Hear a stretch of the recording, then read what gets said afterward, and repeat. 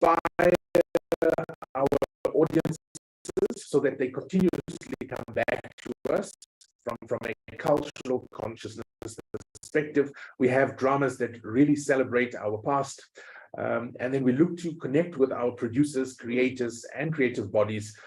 Just to give you some examples, SAFTA nominated shows in the entertainment category, 12 were from the SABC. In the factual category, 4 were from the SABC. In drama, 12 were from the SABC, and education had 11. So we are an award-winning broadcaster. How do we acquire our content? So starting from left to right, we have a number of models. We commission shows, we pre-sale them, we co-produce them, we license them, or we develop what is called an ad-funded production. In the case of a commission, the show is owned 100% by the SABC. The entire risk rests with the SABC. This would be a show like Muvango or Uzalo as an example. In a pre-sale, we would spend up to 30% on the show. This would be case in point, Ubetina, which was a pre-sale that we did with PCCW and View in South Africa. We own 30% of that concept, and when that concept is exploited on channels like BET, the SABC earns a 30% revenue on that for the lifespan of the content. Co-production is a percentage of the production that we deal with. We haven't done many co-productions. COVID has really impacted a lot of investment into content, so this one has not been prevalent in the last couple of years, but we're starting to go back into this space. So what we would do here is we would co-produce content with entities that are not necessarily in this market, so that we do not compete with each other and exploit that content. And then we license content, which is completed pieces of work from producers in the market. We have a rate card against the different genres, and we acquire content at that value. An AFP model is where a producer has the ability to sell the content to advertisers that they bring on board, and they effectively buy a slot on the SABC. I'm not going to go into the rights, that's pretty self-explanatory, but the mechanism by which we get this is an RFP, a solicited brief, or an unsolicited. Very important to touch on these because it talks to the timelines that we have. When we issue an RFP, we will describe in absolute detail what the content entails. We would define the budget, the channel, the audience share that we want to achieve.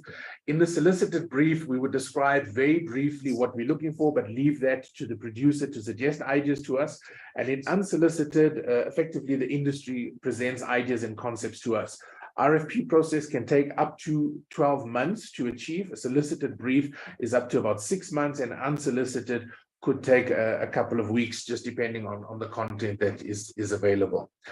Our principles in terms of making sure that we get content is it has to be fair and equitable across the industry. So we've got to work with pretty much everybody. It's got to be a completely transparent process. To this effect, we've launched a commissioning portal, so you can see exactly where your concepts are when you present that to the SABC. It's all digital onto our website, and we've got to be very competitive and cost effective in terms of the use of our content.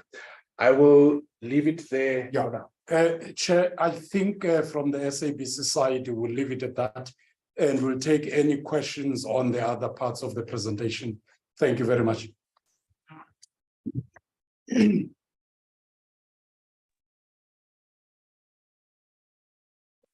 Thank you, Chair. Chair, we still have a number of other presentations from our entities. May I then, through you, Chair, invite SAPO to present on both the irregularities as well as the filling in of vacancies. They will then be followed by CETA and then the Post Bank, and then I'll come back and indicate the other entities as well. Thank you. Sorry, Honorable Chair. Can the CEOs assist in ensuring that we stay away from an unnecessary detail? Try to be as highlight, but without distorting information. Thank you. Thank you, Minister. I thought I'm also audible before you came in. I wanted to indicate the same, that we've asked for silent points, right? Because members would have gone through the presentations. so as to also manage the time for actual engagement. Thank you very much, committee members. If I may just request that I be entitled or be allowed to share my screen. Unfortunately, I will not be putting on my camera. My bandwidth is a little bit limited today, so please accept my apology for that. I see I can share my screen now. I will now share the screen. Sorry, get to that. As indicated by the chair, thank you very much. The presentation is taken as read. We shared that some time ago. So we will just quickly go through the presentation. Again, we'll speak to the filling of vacancies, irregular expenditure, consequence management, action plans, causes of irregular expenditure, and then challenges in resolving the irregularities. With regards to filling of vacancies, we have just recently filled the Chief Financial Officer, Ms. Fatima Ghani. She's attending the meeting with us, so welcome to her. We have also, about two months ago, we filled the Group Executive Human Resources. And then in terms of the General Manager in the Office of CEO, that position was also filled, but all other executive positions have been placed on hold. In terms of engagements that we've had with organized labor, we have had numerous discussions with organized labor, specifically to discuss issues such as salary reductions, a reduced work week. We have implemented voluntary severance packages, and we'll go through that just on the next slide. And then obviously the retrenchment notices that we have served not so long ago. And then also in terms of discussions with regards to medical aid benefits. With regards to filling of vacancies, as indicated, we have commenced with the process of the Section 189 in terms of the Labour Relations Act. We had our first meeting with Labour on the 2nd of March 2023, which was facilitated by the CMA in Johannesburg. We have a follow-on meeting again, at which point we will then start determining the factors and how we will then start implementing the Section 189 process. Now, taking into account the people that we have effectively lost through the voluntary severance application process, which was, we've probably had about 1,900 which have already left the organization. We will probably be looking at an amount between 3,000 and 4,000 people. I know we've indicated 4,000. Our feeling at this point in time is that we'll probably be looking in the order of 3,500 positions that will be affected. Now, as indicated, we have lost, or we have had employees take voluntary severance packages. And to date, we've had 1,200 employees that had left the organization as of 28th of February. And we have a further 703 which will leave the organization towards the end of March and during April as well. In terms of irregular expenditure, we have a well-developed financial misconduct committee, which sits again very regularly. But unfortunately, we have done submissions to Treasury, where we then did these submissions. Meetings were then held with Treasury, and where they were then indicated to us is that there were two different processes of condonation that needed to be followed. Where it was in contravention of the Post Office, Treasury or procurement processes or procurement regulations, the internal procurement can be sought by the board, or where the irregular expenditure was in contravention of national treasury regulations, these irregular transactions are to be condoned by national treasury. At the same time, when we then discussed and obviously will be submitting condonation applications, we at that point, when we do the submission, we need to have a clear indication of the responsible official.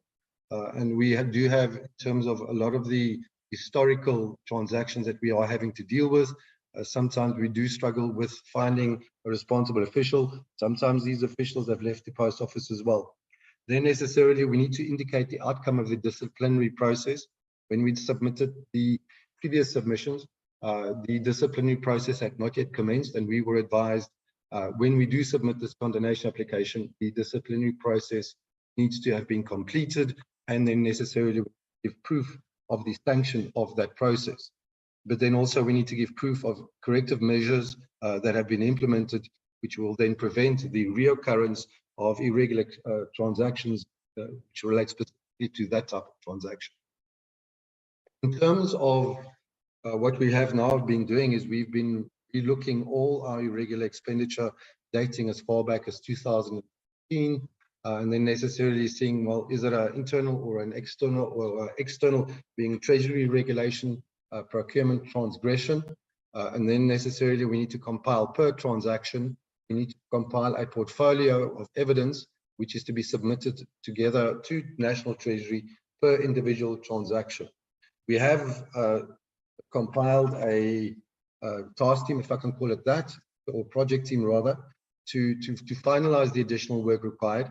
But necessarily we've had to supplement that as well. We've now had the assistance of the office, the general manager there, to assist us, because we've necessarily gone through the majority of these instances where we have done the assessments, we've looked at all the evidence that is available, at which point the Financial Misconduct Committee then makes a ruling whether there is any consequence management to be implemented.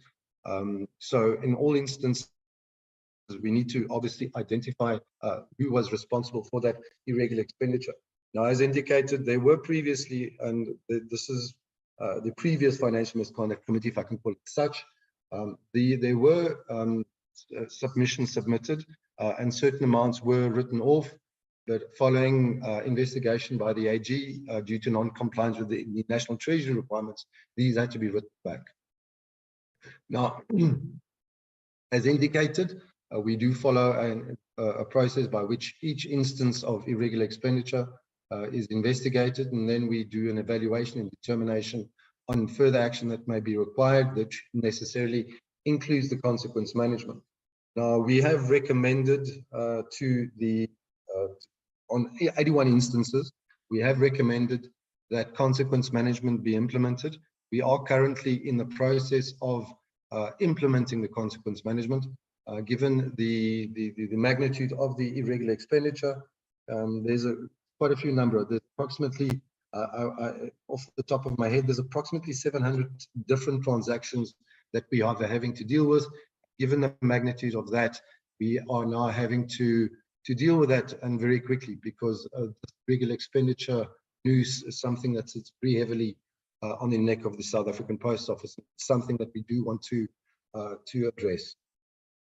Again, as we've indicated, the action plan to address the procurement irregularity is, there's the project team that assists us in following up with the BUs to make sure that the correct consequence management assessment certificate and the template is submitted, and necessarily all the information is required. They then do the revision. Again, like I've said, we've done we are doing a consolidation and a revision of 2006 going backwards. And then obviously we will then put all these high value transactions together where it is within the board's mandate to condone, and necessarily we also need to submit the proof that the necessary consequence management has been applied in these transactions, and where required we will then do the necessary submissions to the National Treasury. In terms of what we've also done, we have re-looked at the procurement policy, and that procurement policy has been amended and approved. Following consultation and discussions with the Auditor General, that procurement policy had not been reviewed for some time, so we can confirm that we have now undertaken a revision of the procurement policy. Now, also, it's very important that the procurement policy be communicated throughout the organization, and then to ensure that the correct procurement processes are followed. So there is also the communication of the procurement policy through to the organization, but then also we need to really look at some form of training to the SEM staff and necessarily to the BUs to ensure that the procurement policy is implemented regularly or effective. My apologies. Again, there's necessarily the meetings that are taking place within the supply chain management team to ensure that they are aware of the issues and the challenges experienced on the one side, and also then ways and means to avoid any pitfalls that have been identified. And again, there's a continued engagement with BUs on the procurement process, and then also improving the management and oversight of the various procurement processes. And again, also informal on-the-job training is required, given that the procurement processes and regulations change as and when required by the National Treasury. In terms of causes of irregular expenditure, now obviously expenditure is irregular when obviously there hasn't been an effective price quotation or an RFP process followed. And necessarily our cash flow constraints to a large degree have led to a certain level of irregular expenditure, specifically when considering Note 3 or Treasury Instruction Note 3 of 21-22, that prior to inviting price quotations, confirmation is to be given of budget. That necessarily we would have no problem in doing. We do have budget, whether we have the cash flow and whether we are able to make payment within 30 days or as per contract period, that has been proven slightly problematic given the declining revenues that we've been showing and necessarily the financial sustainability challenges that we have been facing. So what we then have said is, and what we have seen is, then necessarily where there's an existing contract in place, we've had to carry on with that contract because we are unable to confirm the cash flow and that the payment will necessarily be made within 30 days.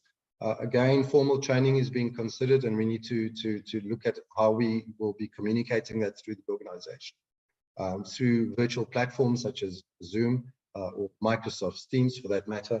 And then also the consolidation of the spend per commodity at a national level. So splitting occurs where obviously you split the value of the commodity so that it doesn't, that sort of falls within the radar or having to go to an RFQ. But necessarily what we are now doing is we are looking at the procurement plans, and where possible, we are consolidating spend per commodity so as to be ensure that we do not then fall foul of procurement regulations. And also there's a system update required to SAP, which is required to improve the control environment. And then also in terms of what is required is BUs procuring goods and services without following a competitive bidding process is being addressed. And that is necessarily where irregular expenditure occurs.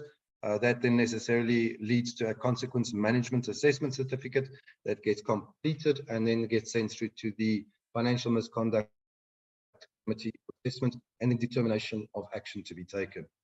Now then, just some challenges in resolving the irregular expenditure.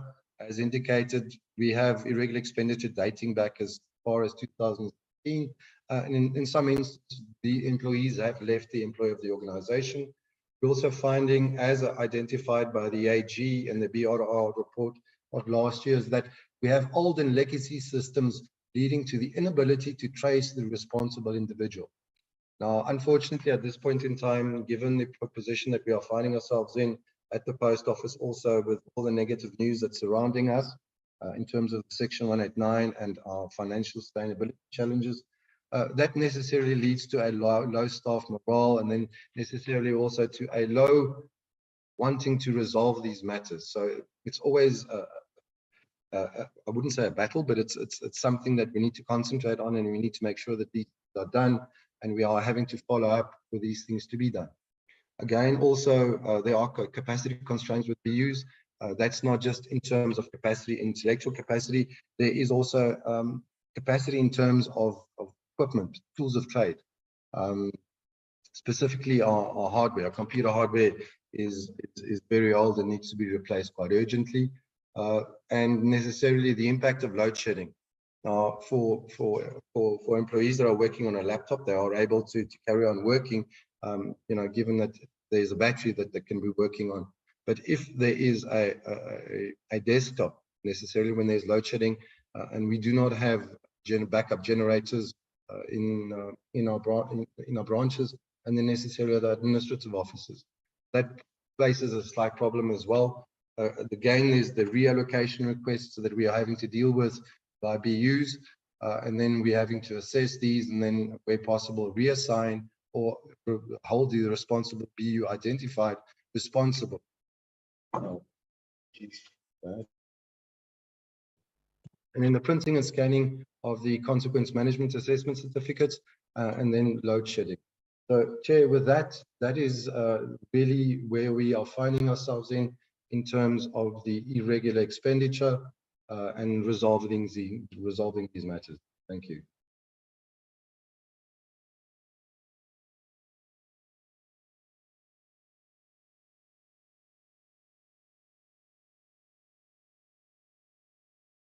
Let's sit.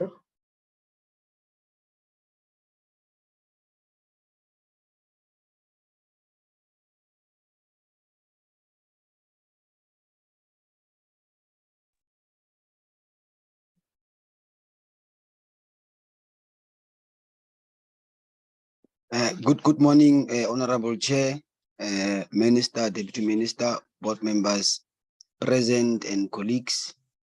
Chairperson, before I start, let me just notify that we do have our Deputy Chair of the board present with us today, Dr. Vuma, but she did give me permission to proceed with the presentation.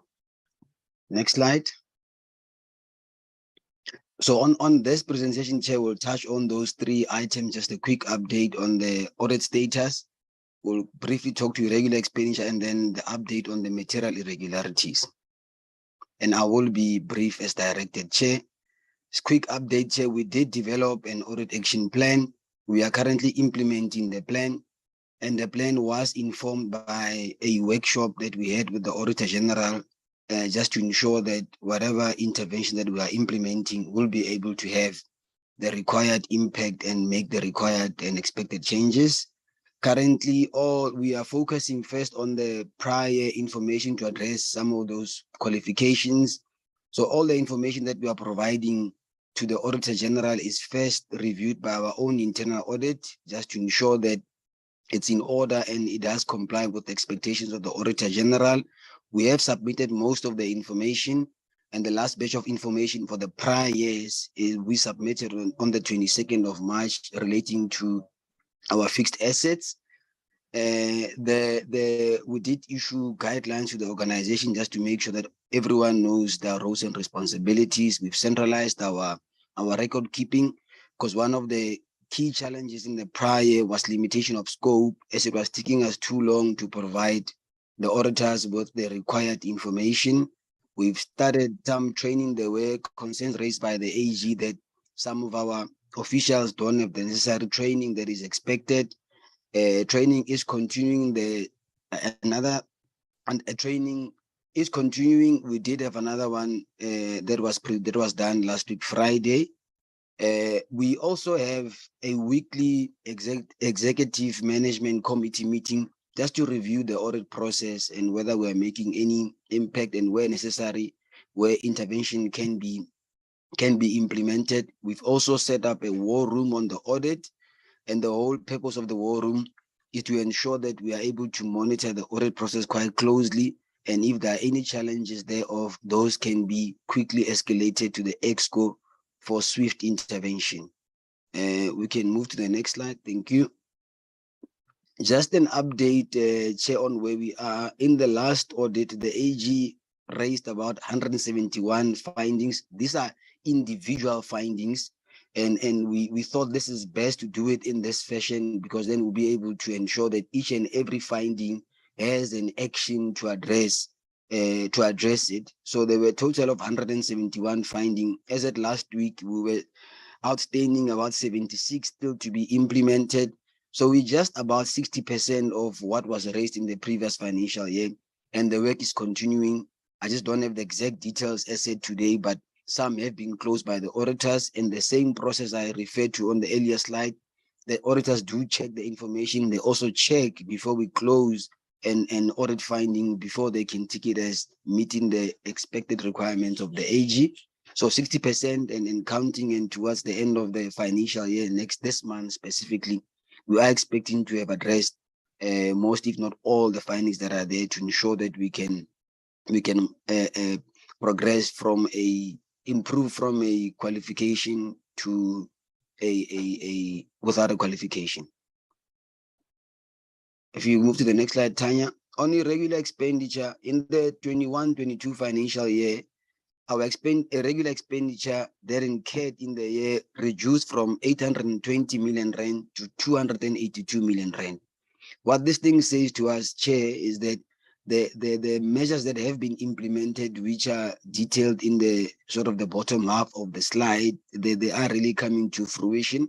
And when you look at the 282 million rand, about 247 of that number is continuing irregular expenditure. And what that means is that it's things that we are already aware of, that we are already working on, and is to do with access links, and we have already prepared a condonation submission which should address the findings that rather the irregular expenditure that is continuing. So if you are to reduce the 282 by the 247, it will really show that we are making quite a significant progress in terms of addressing the causes of irregular expenditure, and then we are definitely addressing the root causes. We also have a loss control committee, which then goes through all the instances of irregular, fruitless and wasteful expenditure and follows the guidelines that are issued by National Treasury. And there's quite a detailed list of disciplinary measures that have been implemented on all the non-compliances. All the audits that are, all the bets that are above 10 million rand, they are subjected to a probity audit, which is done by our internal audit.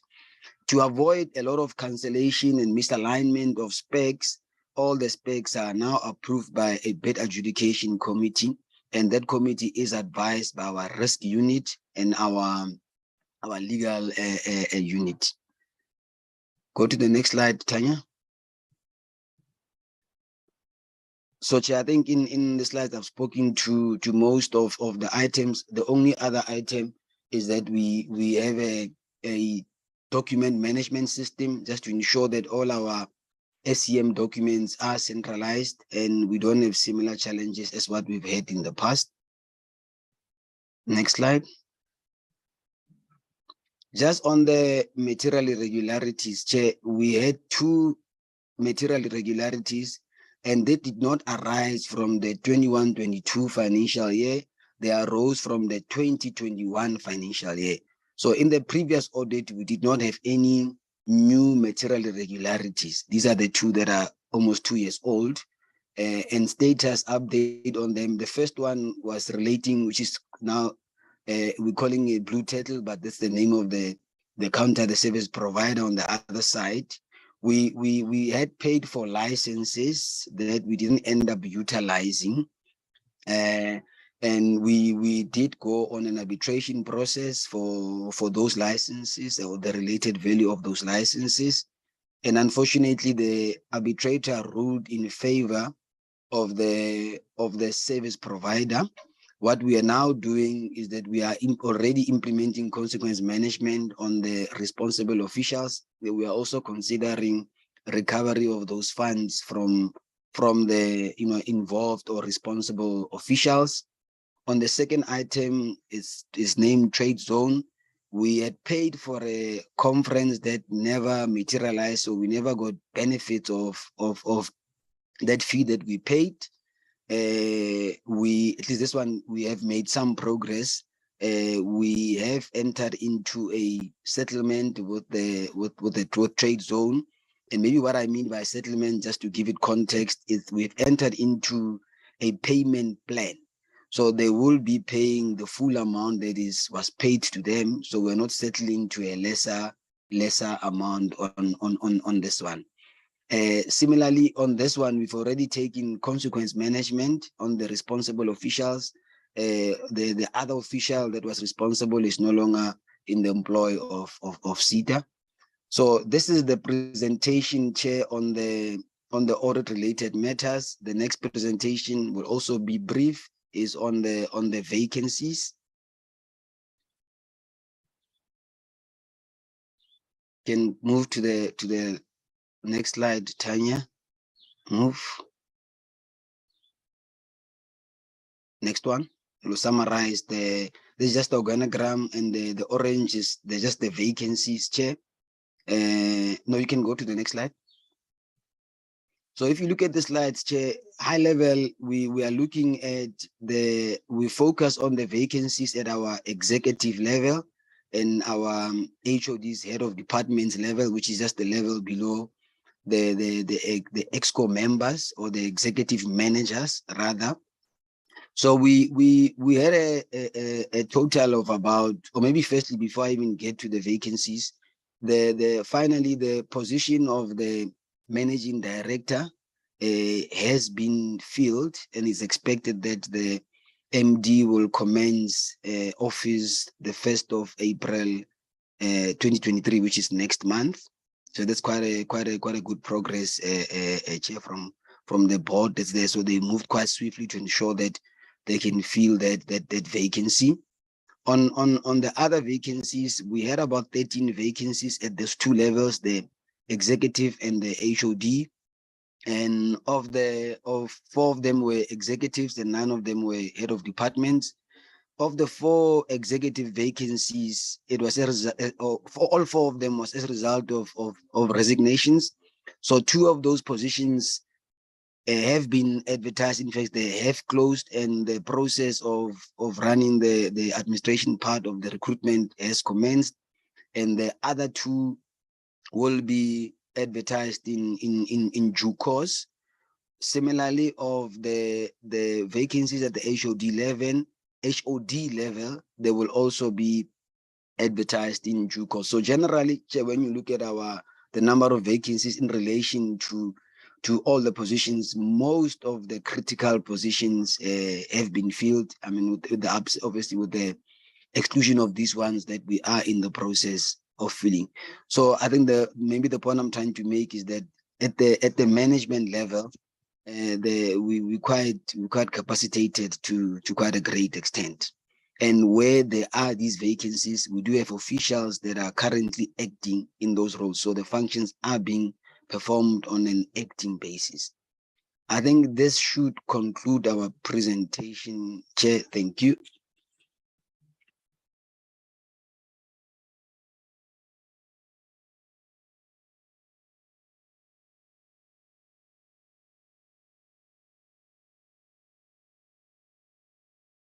Now waiting for the next one.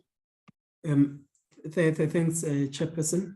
It's Lucas Ndala from the interim CEO of Postbank. I'm with my chairperson, Mr. Tabile Wong. Chairperson, I don't know if you wanna do a quick intro. Good morning, Chair. Good morning, Honorable Minister. The name is Tabile Wong. Sorry, the name is Tabile Wong. I will hand over to our interim CEO to take us through the issues, then I'll come back during question time. Thank you so very much. Thank you, Chairperson, and good morning to the Chairperson of the committee, the Minister, Deputy Minister, members of the committee, and all colleagues from the department and entities.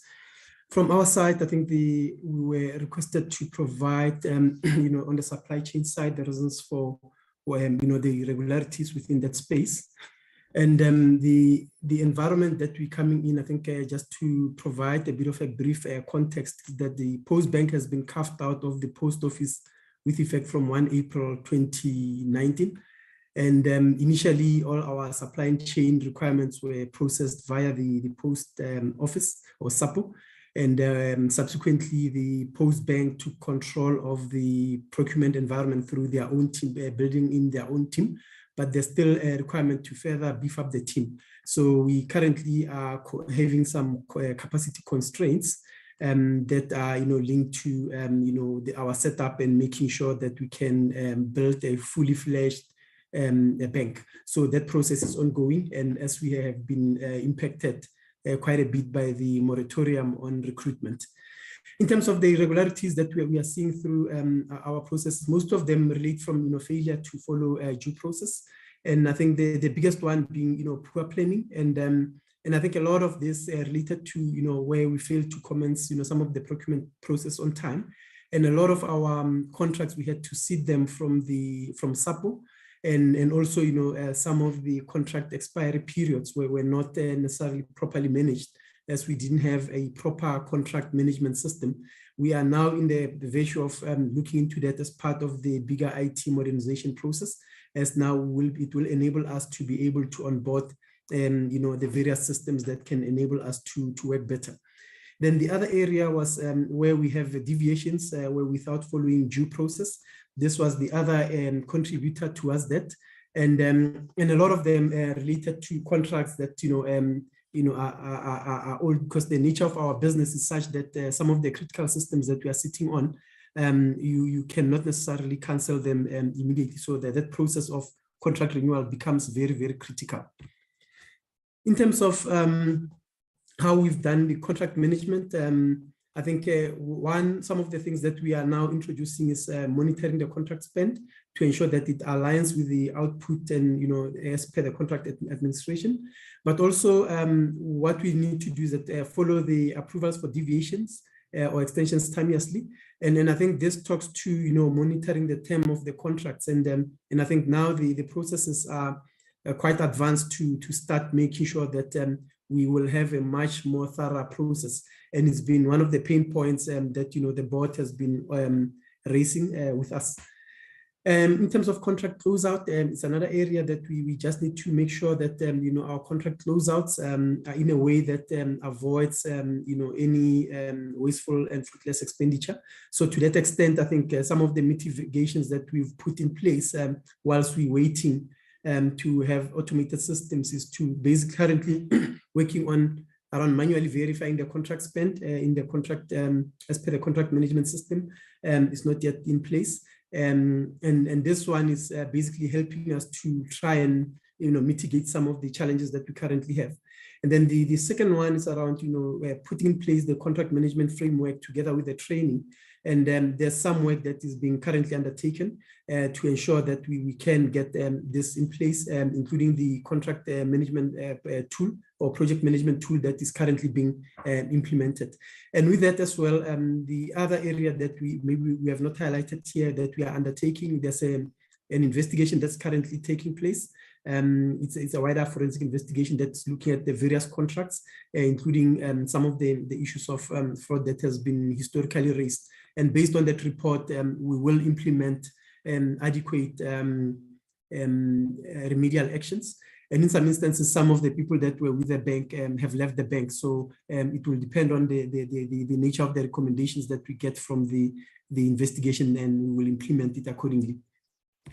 Then when we come to the vacancies, I think one of the key things with the post office, with the post bank is that in the last year and a bit, we were not able to do any recruitments due to the ministerial moratorium. So we are sitting with a situation where a lot of our top level, exco level is acting people. So the board has now commenced with the process of filling these vacancies. And after the moratorium was removed in late November.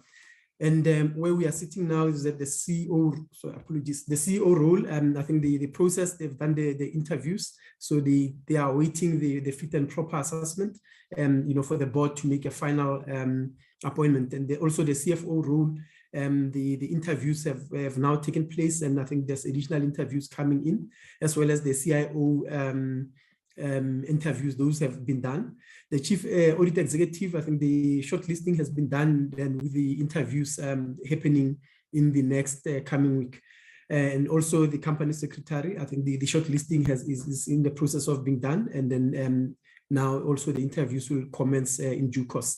So I think this will help to fill up the key roles that, you know, have been vacant, but also because we require the fit and proper assessment by the Reserve Bank. So they will have to go through that, and then the appointments will be made. And then thereafter, we will look at capacitating the organization, going to the layers below the key executive layers. So there we've got just over 100 vacant posts from resignations, and also with the posts that, you know, in the structure that were not filled in due to the moratorium that came in prior to the board or the company fully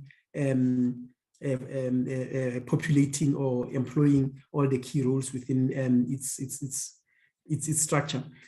So I think in terms of all these assessments, I think the one key thing is that, you know, in terms of the fit and proper assessment, there we've got the Auditor General as well as the EY that we have been engaged to undertake this process. And I think the next element will be once all this have been filled in, is to then undertake the final process with the Reserve Bank, which will ensure that the bank now has a fully capacitated leadership team, which will enable us to then activate the process of finalizing the banking applications once also the amendment bill has been resolved. And lastly, the only element that will be remaining will be the variation notice that we are currently addressing with the Reserve Bank. I will pause here and then maybe allow the chairperson, if there's got any final remarks. Chairperson, you can come in. Thanks, Ndala. Nothing to add from my end. Thank you. Thank you, Chairperson.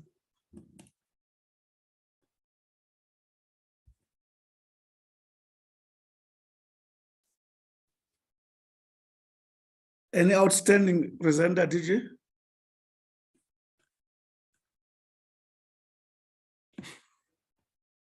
Thank you, Minister. The next set of presentations, we will deal with Santec, Nemisa, BVI.Z now.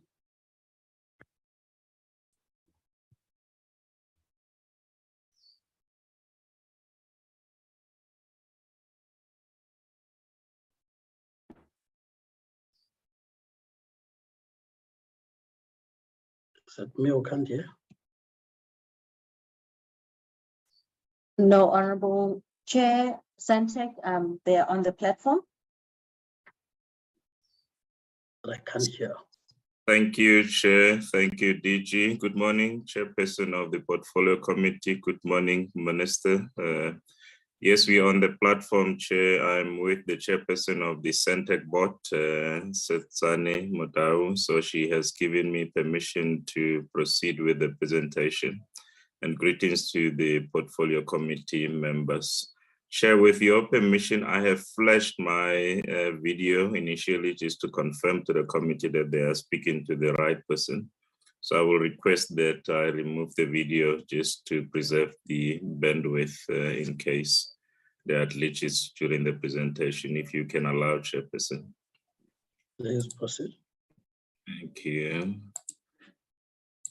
And then in terms of the presentation, Chairperson, from a Santec point of view, we do not have a long list of irregular expenditure, Chairperson. We submitted to the department and the committee our presentation, which reflects on 3 items as flashed on the screen right now.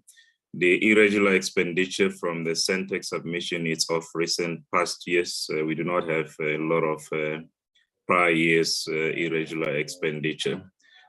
Most of them have been processed from the investigation and the consequence management point of view, Chairperson, and we have instituted disciplinary process and undertaken and commenced with the recovery processes on some of these issues, Chairperson. As you can see, our irregular expenditures are linked to criminal activities. So we've also had to institute criminal charges in terms of these items, Chairperson. Remedying this and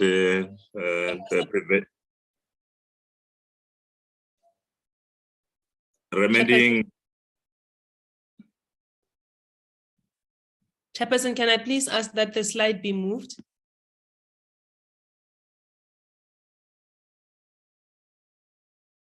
I'm sure Mr. Lishope, you hear that the slides are not moving. So if you can refer which slide you're talking to, and then go to that. Okay. Yes, I had shared. I know there is sometimes.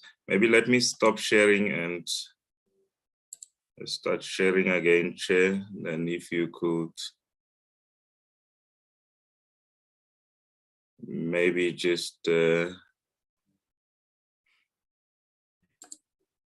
highlight if the presentation is. Can you see my presentation, Chair? Maybe we should start there. We can see it now. Okay. Yeah, I may have to stop and share. So this is the slide that I am presenting on the irregular expenditure. And apologies about that glitch of the slides not moving. So I will just, maybe quickly go back. We have 3 items. All 3 of them come from the recent financial year. We do not have a lot of irregular expenditures coming from prior years, Chairperson.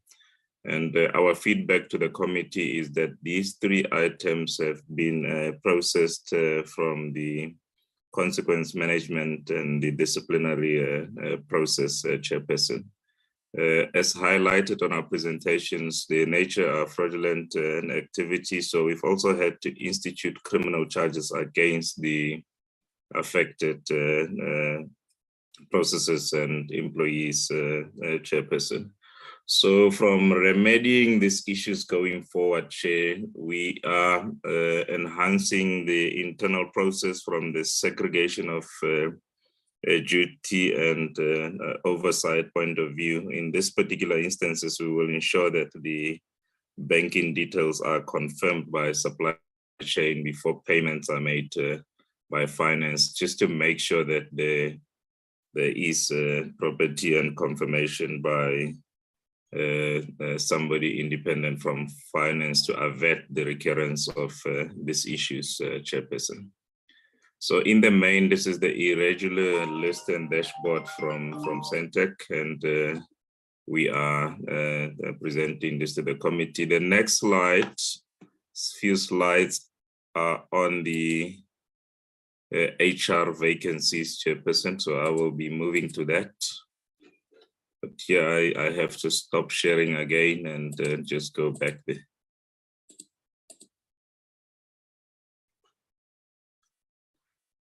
In terms of the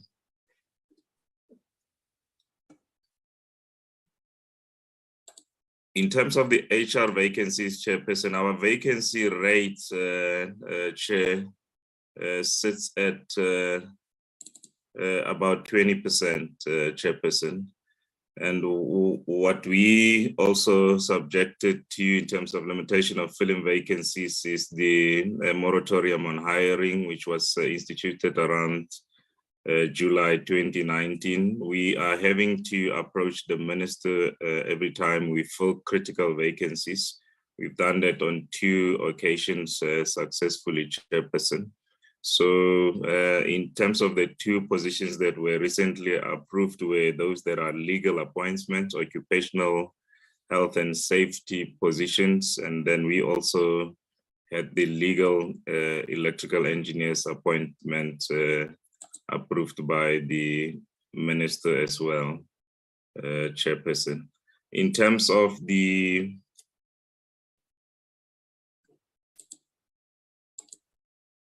progress on overall, the recently filled vacancy from HR is that of the CFO. We have appointed a CFO on an interim basis. She is serving Centec on a contract of 18 months, which commenced on the 1st of February, Chairperson. And then we using different approaches during the moratorium to ensure that there is resource and capacity continuity here. And these initiatives include secondment and acting appointments on critical vacancies, Chairperson. And the moratorium on filling of vacancies have been engaged with the department and the minister. Our request is that it be lifted at the end of this financial year when we conclude some of the proceeding process related to the measure of Centec and BBI, Chairperson. Our last slide deals with the human capacity appointment irregularities and the processes that we have put in place to avert that. As the organization, we have a functional policy in terms of recruitment and selection, which sets the guideline for internal and external appointments, Chairperson. So all appointments are subjected to that policy process and policy objectives, Chairperson. It seeks to achieve fairness and equitable employment in all places. The company also has the managed integrity assessment. We want to make sure that our selected and appointed candidates meet the requirements of authentic employees, and their qualifications are also authentic. So we do run that process. We also ensure that there are no criminal records with those employees that we are onboarding, Chairperson. We have also established a panel, which is a panel of independent interviewers from different sections of the company to just make sure that the possibility of the hiring line function buyers. It's also managed or enhanced through independent participant, the chairperson. In the main, those are key issues. The irregular expenditure list is managed. Chair, we do have vacancies as the organization. We manage those through request from time to time to the department and the minister. And going forward, our submission is that the moratorium on hiring be lifted so we can fill the remaining vacancies. Thank you, Chair. Thanks, committee.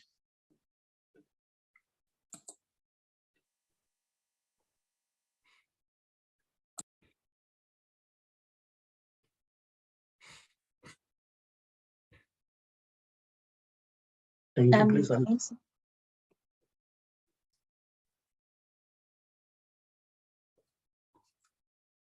Chair, for the sake of time, I'm going to ask Zayton to present. Next is Nemisa, and they will be very succinct just to touch on the salient issues. Thank you.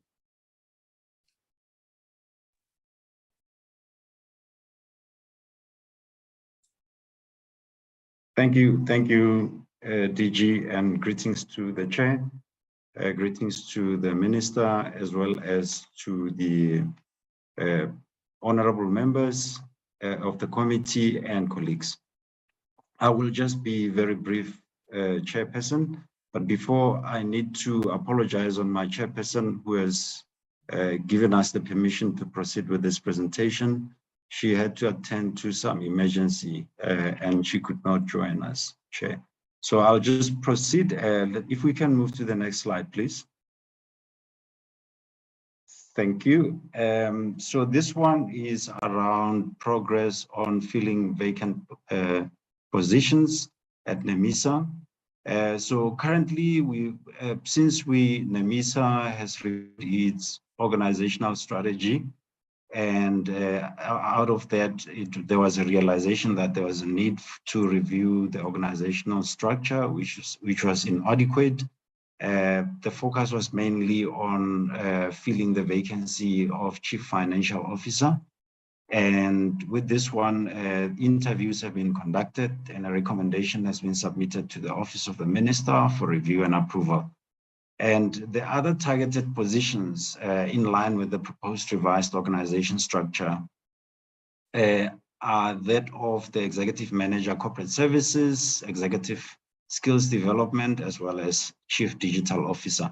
This will only be filled once the revised organization structure has been approved by the Minister. Next slide, please. In terms of action plans to address irregularities, Chairperson, NEMISA does not have material irregularities identified thus far, nor even those whether the GCIS has identified those.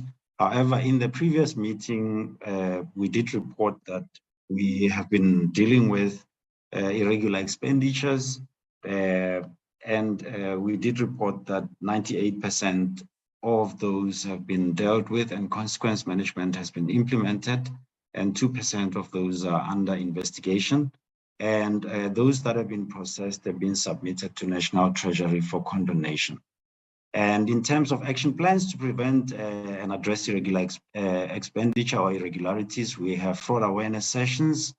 We also have developed a fraud and prevention awareness plan. We communicate regularly with employees on these issues and have established a fraud hotline and have developed also a fraud risk register, which we review every month and on a quarterly basis submitted to our audit committee. This has helped us quite a lot, and also an effective consequence management system.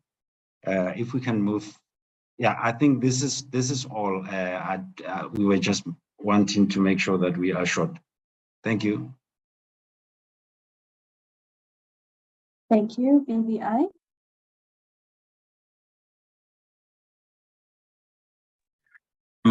Good morning, colleagues. Good morning, Mr. Good morning, honorable members.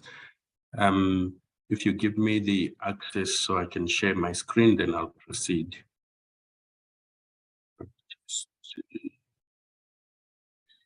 All right. I'll just briefly share the video as well, so that you can relate to who is speaking. Thereafter, let me go on mute.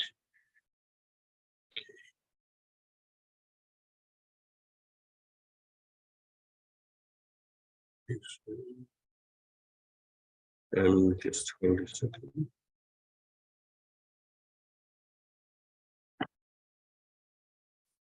I would like to present my own presentation. I don't have access to share.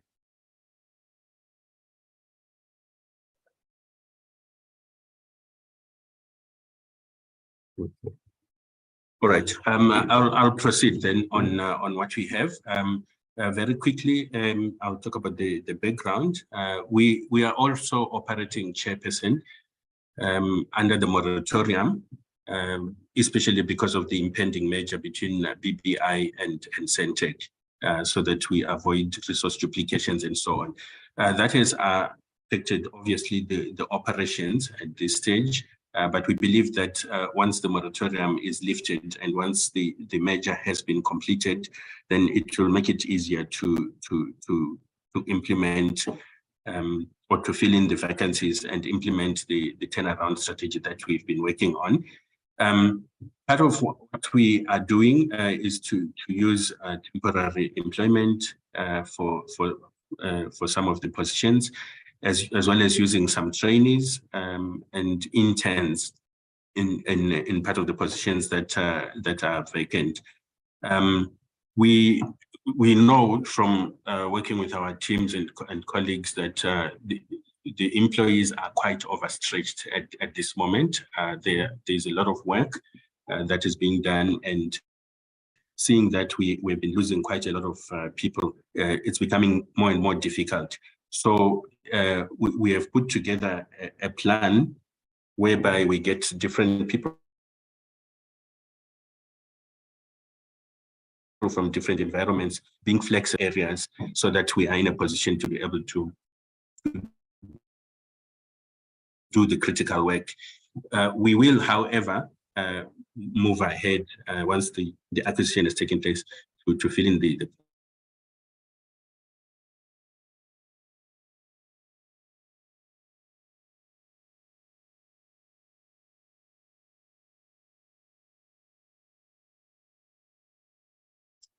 Yes, it's on my side. We look at the existing positions at the moment for the CEO.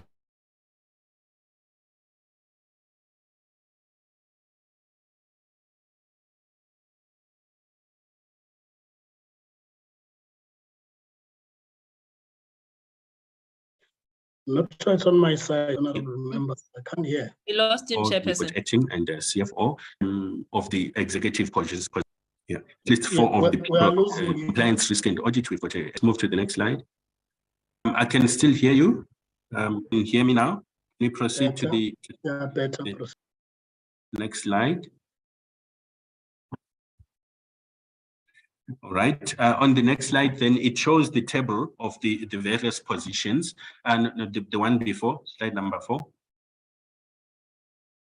Yes, thank you. So on this slide, it's to show at an executive level which of the people we have under the various executives as well, and including senior management, middle management, and supervisor, and so on. So out of the 46 open positions, and currently there are now 49, we have had 3 more resignations due to workload. Out of the 49 positions, 24 are filled through the insourcing or the secondments, the job rotation that I spoke about earlier on. If you go to the next one. In terms of irregular expenditure, we do not have high numbers of irregularities.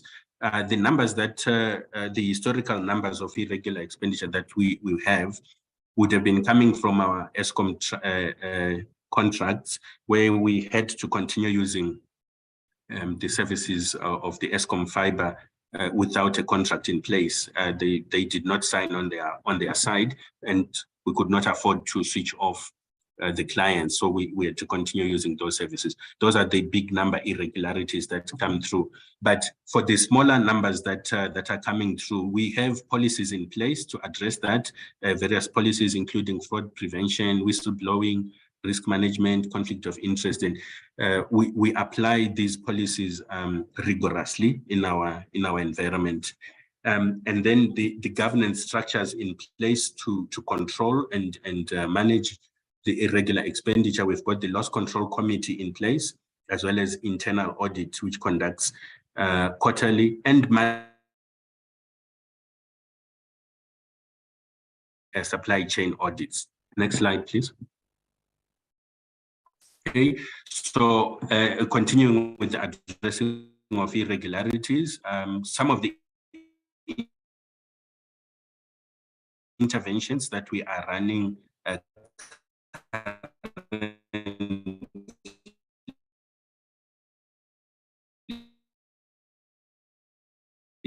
is conducting workshops on supply chain policies, the National Treasury workshops done annually, and then the effective. We also have regular reporting and monitoring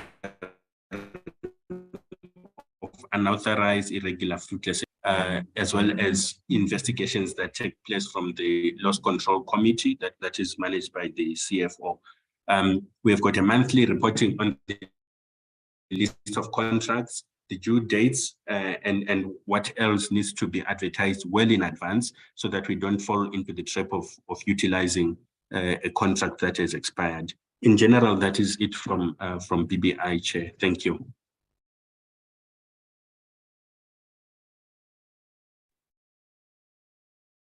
Thank you. We have Dr. Zedner.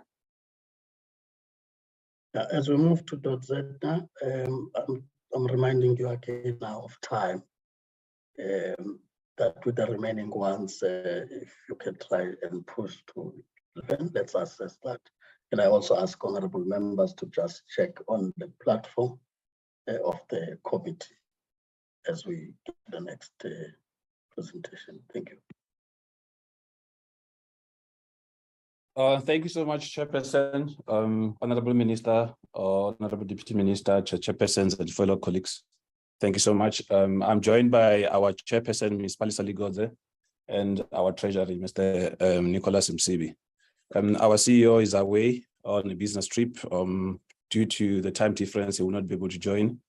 My name is Peter Madabo. I do assist on his absence. If we can just move to the next slide, please.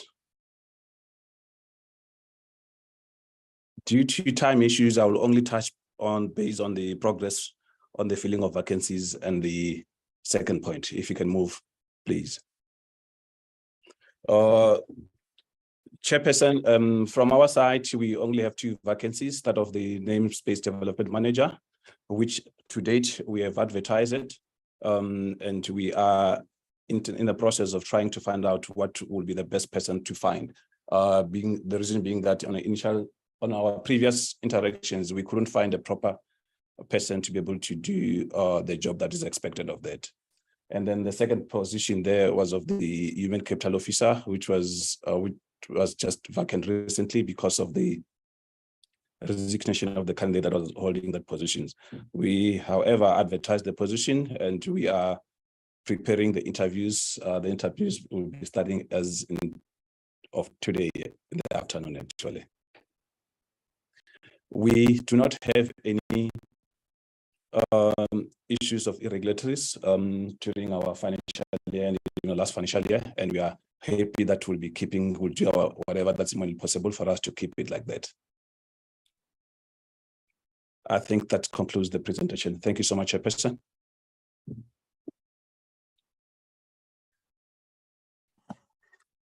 Good morning, Chairperson, Minister, and members of the Portfolio Committee. My name is Mashi Lubolog. I'm the CEO of FPB, Film and Publication Board. With me is the Chairperson of the board, Ms. Zama Mkosi, and the executives. I think in the interest of time, we'll just do the oral one without projecting the slides, because ours is just one slide that we want to talk to around the vacancies, because we got it in audit for the period under review. Then regarding the vacancies, Chair, you recall that the Film and Publication Amendment Act came into effect on the 1st of March 2022 following the presidential proclamation. And as a result, we did a new structure, and out of the new organizational structure, there were 143 positions that were identified, moving from the 105 that we had previously to execute the new mandate. 115 positions are funded due to the limited budget that we have as the entity, because we didn't get any additional money to fill the structure. Out of this, 32 have been prioritized for recruitment, and we hope to complete this by the 31st of March 2023. All the executive positions, including the one of the CEO, have been filled. So the ones that we are filling now are for the lower part of the structure. And then the rest of the structure will be populated on need basis, subject to funds availability. That, in a nutshell, is the presentation from the Film and Publication Board, Chair. Thank you very much.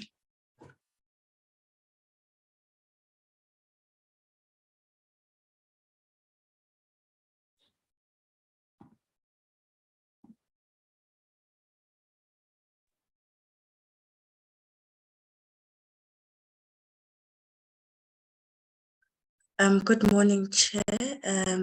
Good morning to the Honourable Minister and the DM, all the committee members represented. My name is Kweta Matikizela. I am with USASA, the Acting Chief Executive of USASA.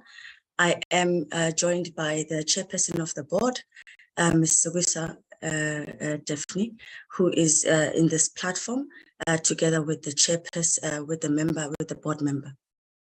Chair, we're just going to be succinct in terms of the vacancies. USASA has not been able to go out on market due to the moratorium and the emanating dissolution that we are currently dealing with. And therefore, all the key positions are currently vacant or filled with resources from the department as secondments. In terms of material irregularities, we currently do not have. And is confirmed by AGSA. However, we do have irregular expenditures. Majority of it emanate from old and legacy issues that started around 2014, 2015, which were never dealt with in the organization. The only irregular expenditures we currently have in this time frame are those due to contracts that on month to month, like the rent, because we cannot perform or commit to longer term commitments there. If you look at the slide, and just in terms of the audit action plan, slide number 9, title, we have been able to conclude and implemented 24% under USASA, and 13% under 46% under USAF. We are currently busy and concluding. The aim is to conclude the action plan, Chair, before the end of the financial year. The other slides then just talk to the root causes. As I said, majority of our root causes are legacy issues and also contracts that have not been dealt with due to our emanating dissolution. I think I will conclude there, Chair, through you. Thank you.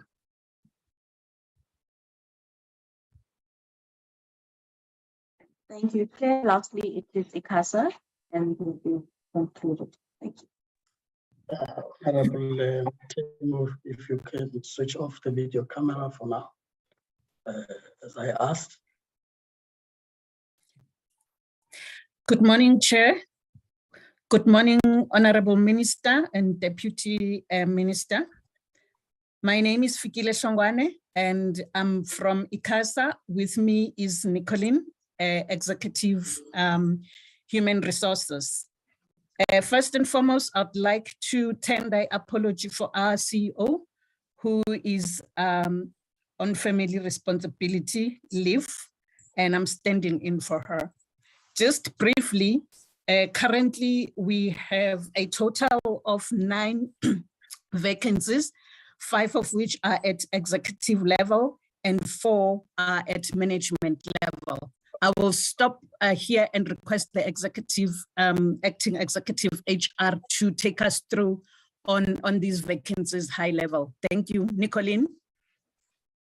Thank you, Fikile, and good day, honorable members. So I'm just going to high-level overview. So the first position we have is the Chief Information Officer. It's a newly created position that we are currently in the process of the recruitment process. Then we have the Chief Audit Executive. This position became vacant due to our previous one being appointed as our CEO, and we currently have an acting capacity there and also busy in the process of recruiting. Next slide, please. The Chief Financial Officer, we had a resignation, and from the 1st of March, we have our management accounts that's acting in this capacity, and we've also commenced with the project. We are currently finalizing the executive HR recruitment process. We will have an executive HR by the next couple of 2 months on board. Next slide, please. The Chief Operations Officer, we haven't filled this position because we haven't had budget allocated due to the moratorium on positions, but we will have now been allocated budget in the new financial year, so we will commence with the recruitment. And this is the executive position. If we can go to the next slide, it's the management positions. Just high-level overview. Please, can we just move to the next slide? Thank you. So we just have the manager talent sourcing, also resignation. It is in the process of being recruited. Same with the senior manager spectrum licensing. We also are busy finalizing that process. And then the final slide. Next slide. It's just the senior manager ICT license services, where we do have acting capacities there, and we'll be appointing that in the new financial year. And also the manager radio communication in terms of getting budget in the new financial year. In terms of irregularities, my apologies, we don't have anything for this financial year. Thank you.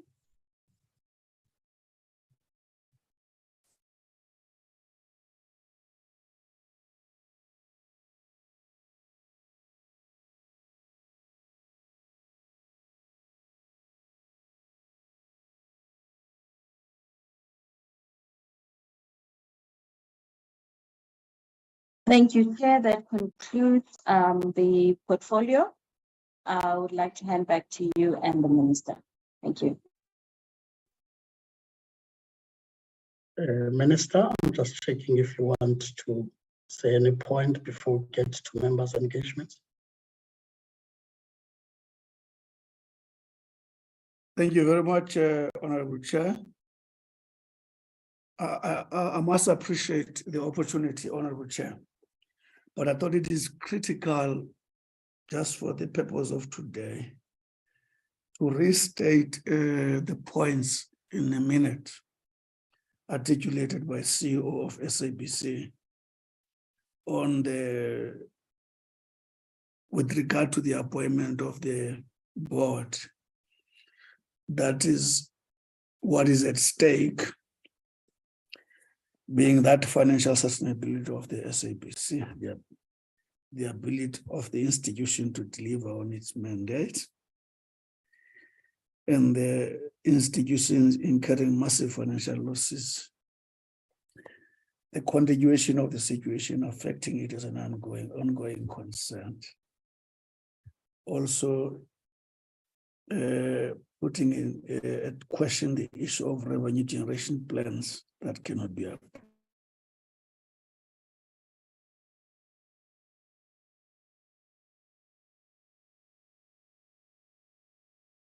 I think I've lost advertisers and the clients of this. The biggest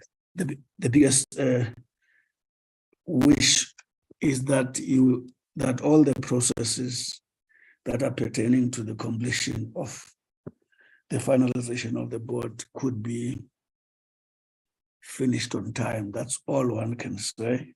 I'm saying this, Chair, because I know, I don't know at what point the committee will be dealing with this, where the president would have written a correspondence to Parliament. That the biggest wish is that we wish that process could be completed as soon as possible, with the hope to minimize the consequences of the risk the institution is confronting. Thanks.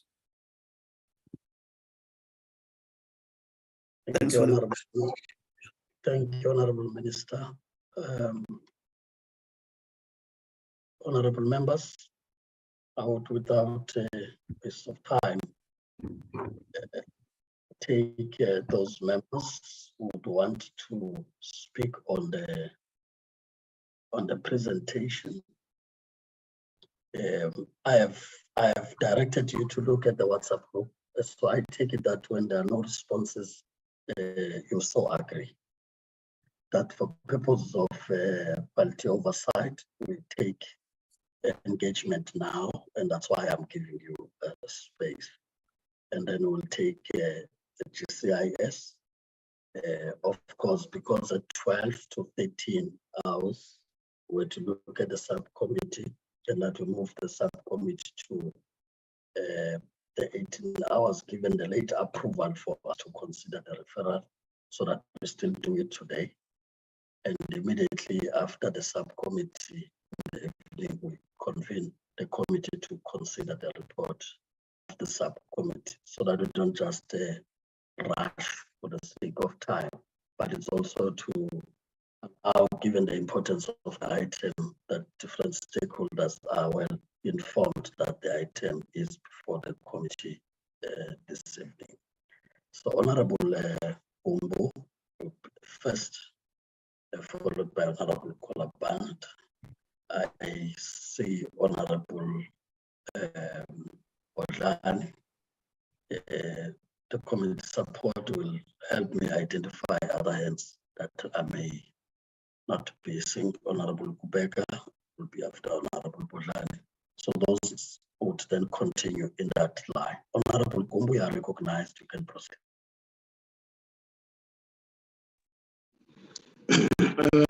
Thank you, Chair, and greetings to the Minister and the Deputy Minister in the presidency, honorable members and everyone on the platform. Chair, let me appreciate the presentations made, which are very straightforward. Chair, I think the department and its entities are doing well in terms of addressing irregular expenditure and on consequence management. Measures are being put in place, and again on the filling in of vacancies, I think they are also doing well. And yeah, I also think that they're also doing well because for the positions that are not yet filled, there is a clear indication to fill those positions. And I think that is commendable, Chair. But Chair, on SABC, on mitigation factors to counter losses, Chair, just one thing there, if they can just elaborate further on the initiatives that are being undertaken to encourage license holders to pay for their licenses, so that we can have a better understanding of as to what are those initiatives and how are they going to be implemented. I'm raising this, Chair, because I believe this is one crucial area in terms of revenue collection at SABC. Chairperson, on SAPO, on the implementation of Section 189, just want to check as to what is the reaction of the organized labor on the implementation of Section 189, because I believe they are also being taken on board on this process, Chair.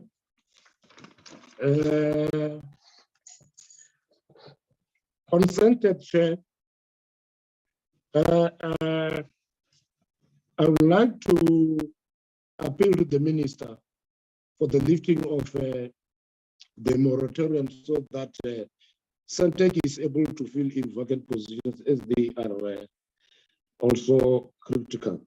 Lastly, Chair, I think we must commend those entities that do not have issues of irregular expenditure. For example, Zedna and ICASA, Chair. Thank you, Chairperson. Honorable Kolabanat, you are recognized. You can proceed. Thank you, Chair, and greetings to the Minister who I have served with on the JSCI for some years, most interesting that you're now on this committee.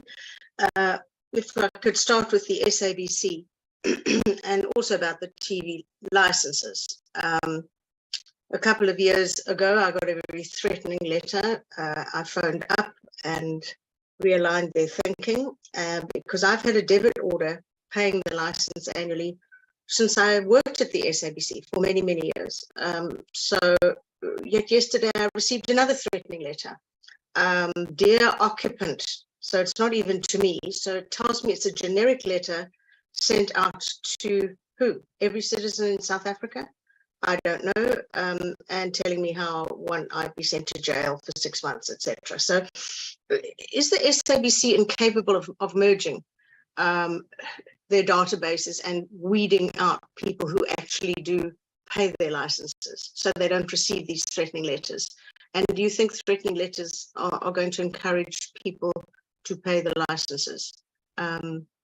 Very, very bizarre situation all round. I'd like an answer to that. I'd also like to know what it costs to send it out.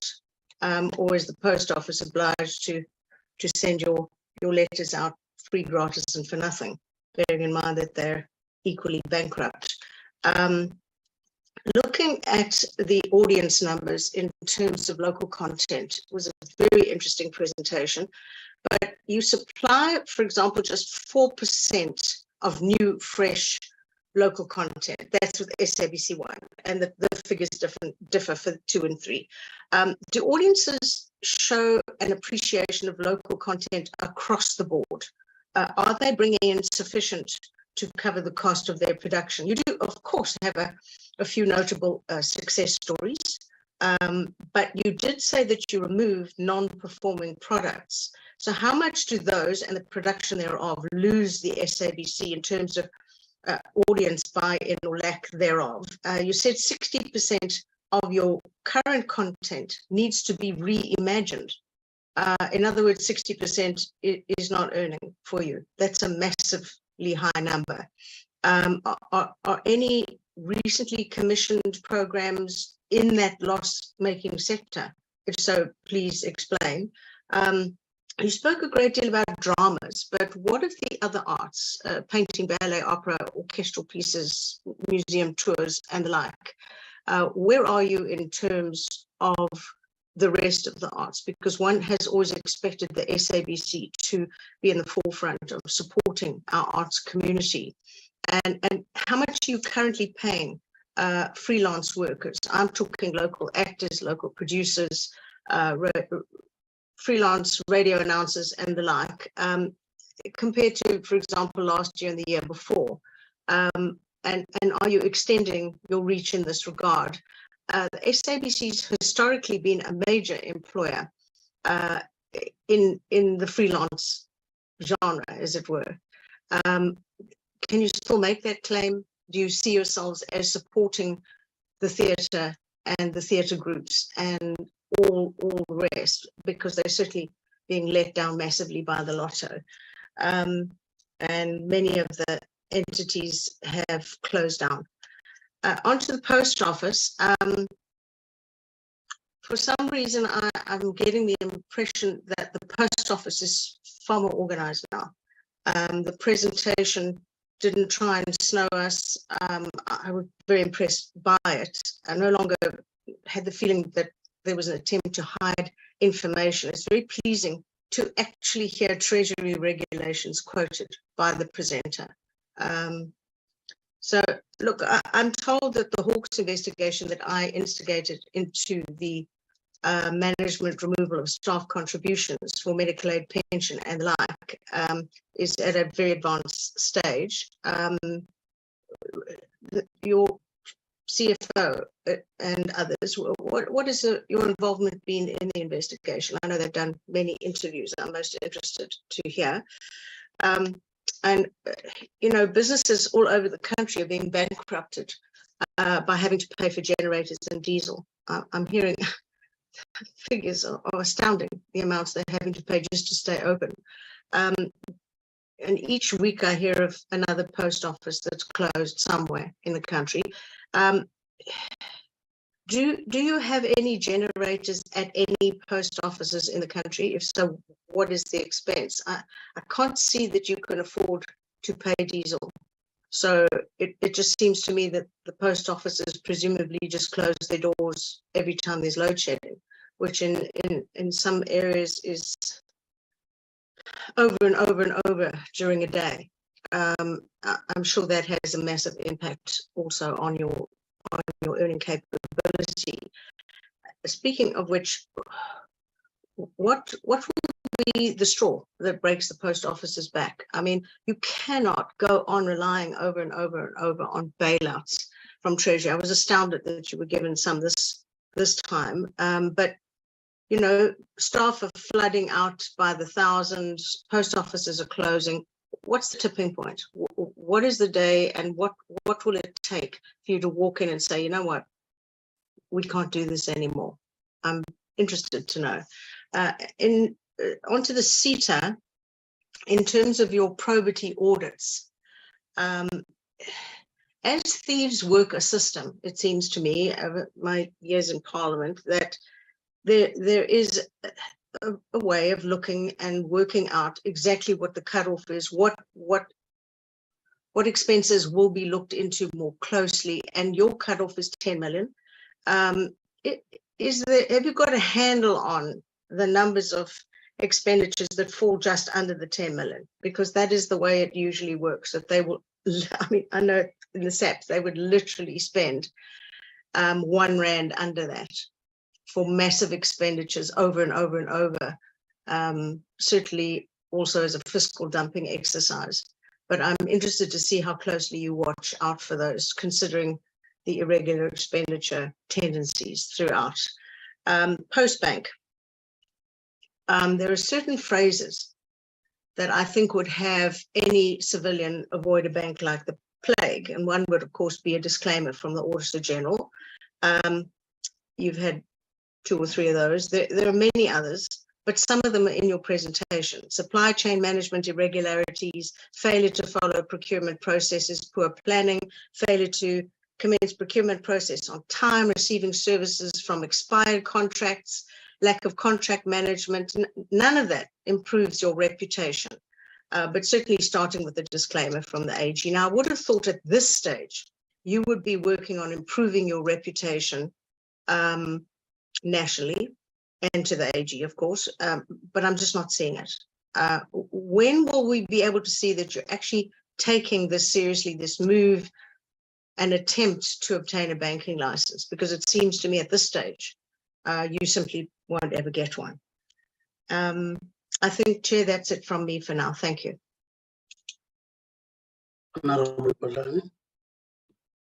Thank you so much, Chairperson. Maybe to join the colleagues and the committee in welcoming the new minister, an old friend of mine and in the Ekurhuleni municipality. Welcome, Chair, Honorable Minister. Sorry, I'm trying to switch on my video. I beg your pardon, Chairperson.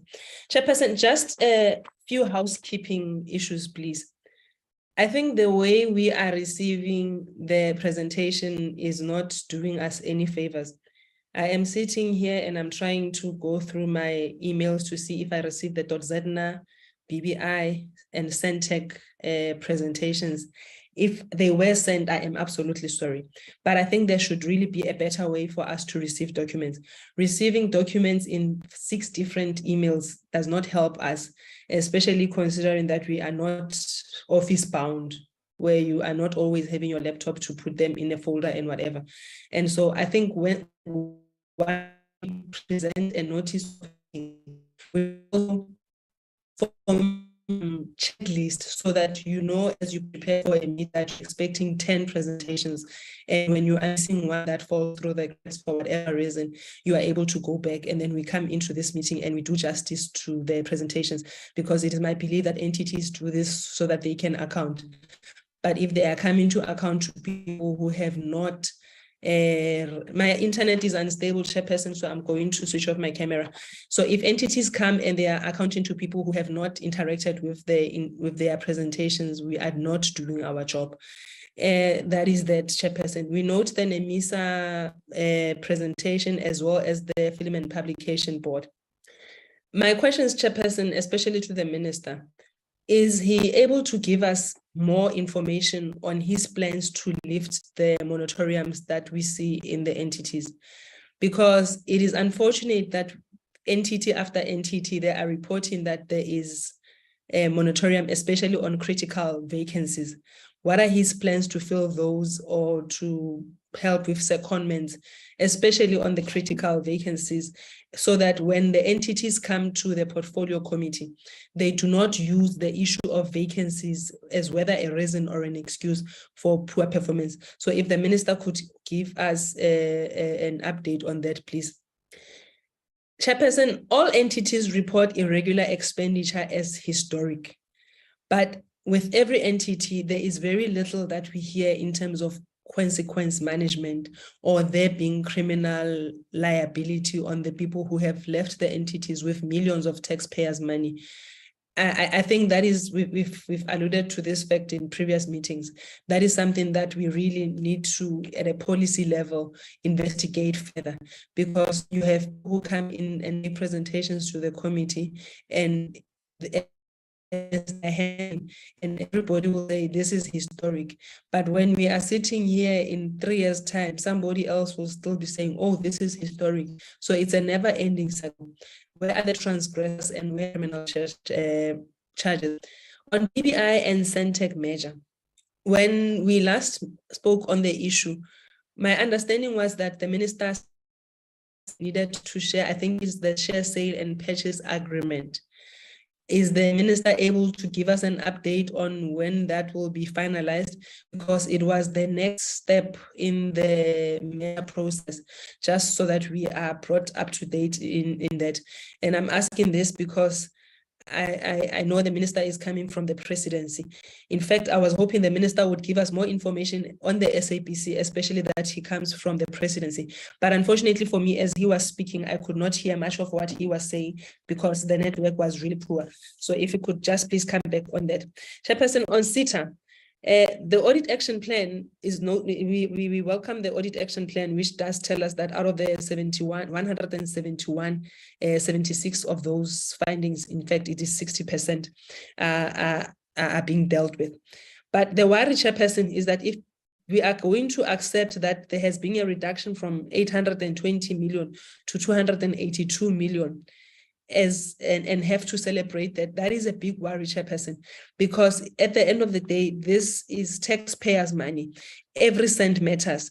And while we welcome the interventions to bring the reduction in, but that more should be done to really ensure that there is more accountability. And on the bid adjudication committee, the presenter says that senior employees have been assigned to that. Can I please be clarified on whether that is not a conflict of interest or not? And also, we are being told that because there is a moratorium on the filling of vacancies, consultants are being used. I read that, and with my little knowledge, I thought that is one way to bypass the system. How sustainable is that? And we welcome that there has been an appointment of the managing director, and indeed, Mr. Khauwe, we thank you for acting in that position and wish you well in your position as CFO. Chairperson, I have already said that I did not get the Centec presentation. Necessary aligned entities.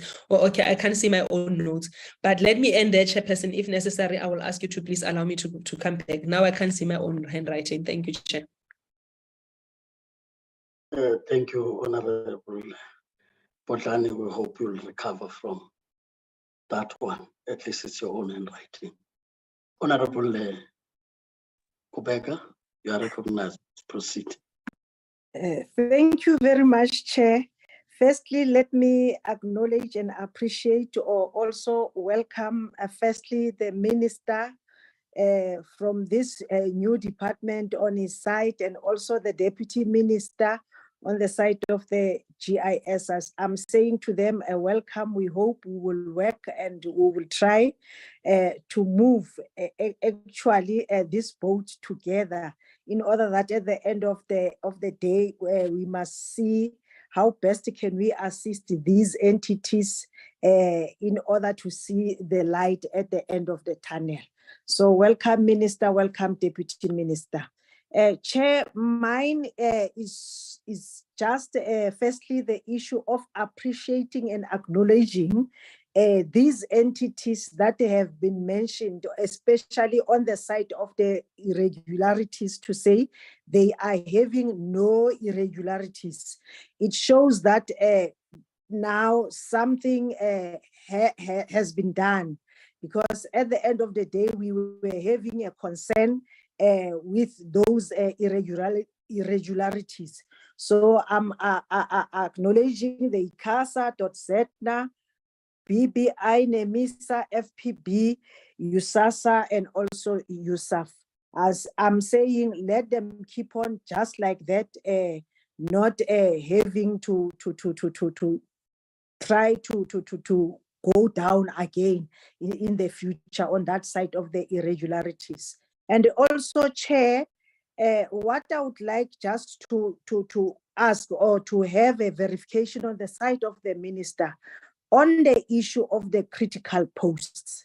It's a priority.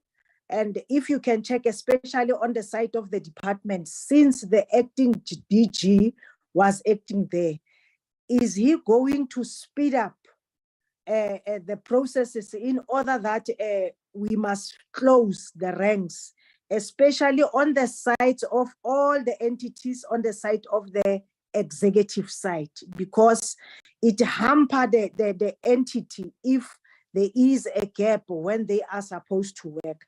So can he just at least promise us something on that side to say he will take care maybe on that side in order that they must close the gap? But I'm appreciating on the side of the entities, because previously the issue of consequence management, it was just a song.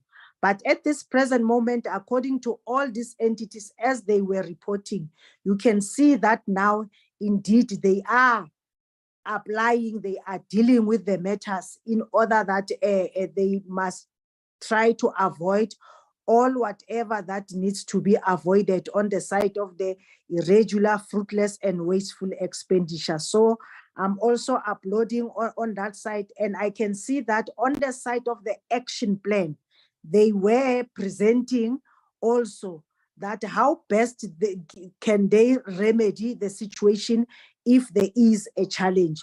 So indeed, we are saying every time we will keep on complaining, but now we can see that they are trying to do something. And also I would like to sensitize, because I can see in most of the entities, it seems as if the issue that is key is the challenge on the side of the SCM. But probably as they are presenting, they were saying on the side of the action plan, they are focusing on it, they will deal with that thing. I hope all the entities, they can be very much being sensitized on that issue and give the employees the issue of the training in order that they can at least reduce or avoid that issue of being in a problem every time on the side of the SCM. So what else that I want to know, Chair, is on the side of the BBI and Centec measure. Can they just maybe, the minister just try to explain on our side to say, how far are they with that merging? Are they nearer to conclude, or there are still some challenges there and there? And we want just to understand, because you can see that on the other side, one of the entity like BBI, it needs to have acting in order, and also on the side of the Centec, in order that they can perform their duties. So in order that to conclude the process, how far are they in order that they can have at least unstable executive committee? Thank you, Chair. First one, Honorable Mlala.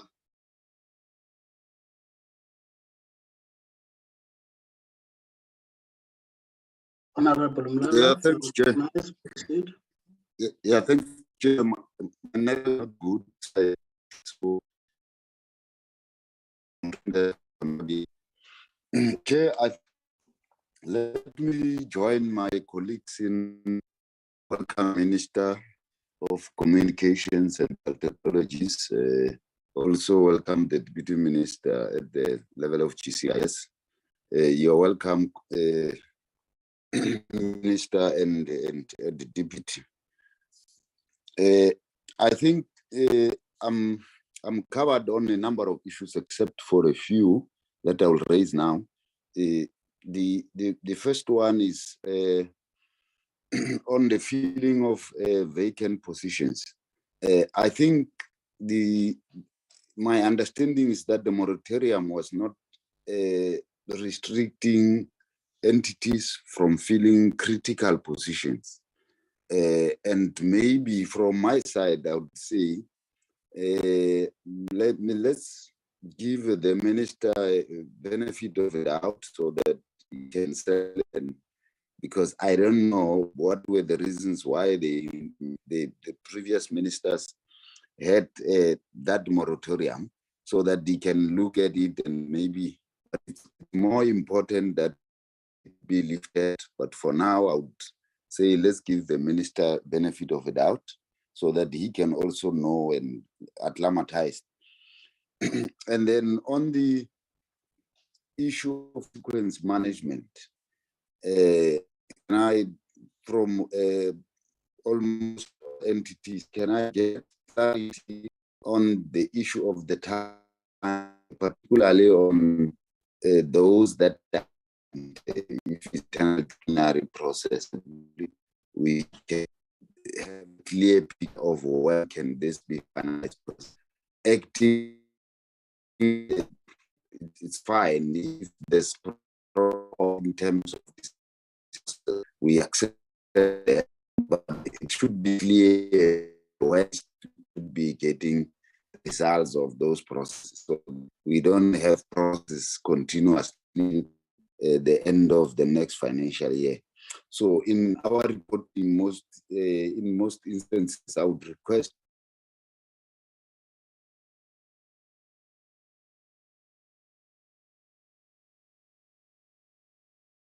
I suspect we lost Honorable Mlala.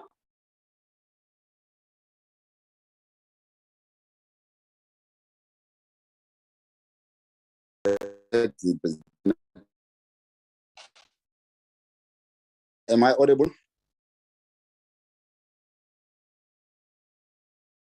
Yes, you are now. Yes. But we lost you a bit. Yeah. Yeah. The issue of the measure, I think my last concern around the liability BBI. It was not clear what the liability is fine, but this was he implemented the minister before move, so to get clarity in that regard, maybe it will help us. And then with regard to irregular expenditure,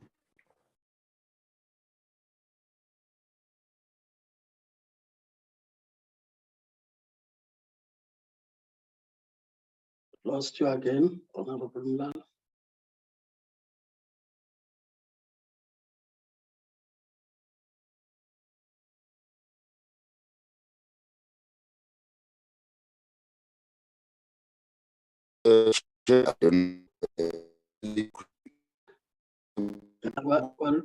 We're losing you, Honorable Mlala. Maybe in the responses, if you so find that your point. Yeah,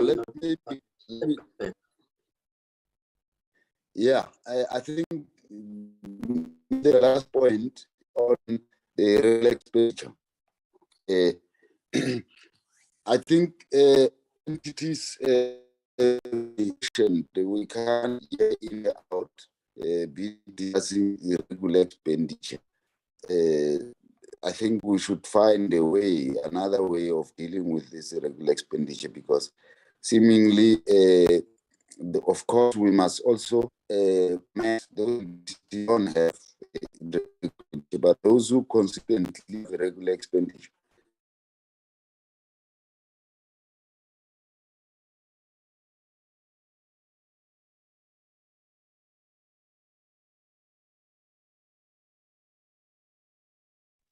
Yeah, Chair, thanks, man. I think my network is bad, man. I think that was my last point. Thanks. Thank you, Honorable Mlala.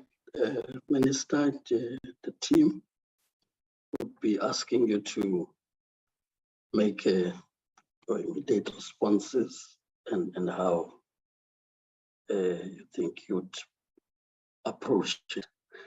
Whether you want to start or you would give the specifics first to respond and maybe to your closing point. It's up to you, but over to you.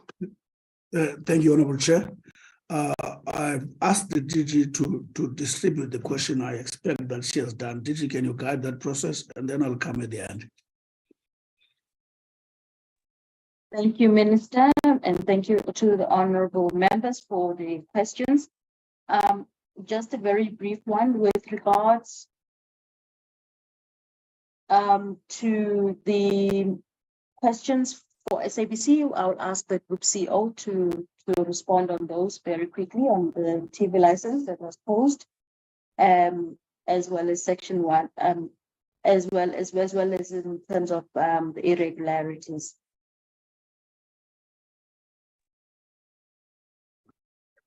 Good morning again, Chair, and Honorable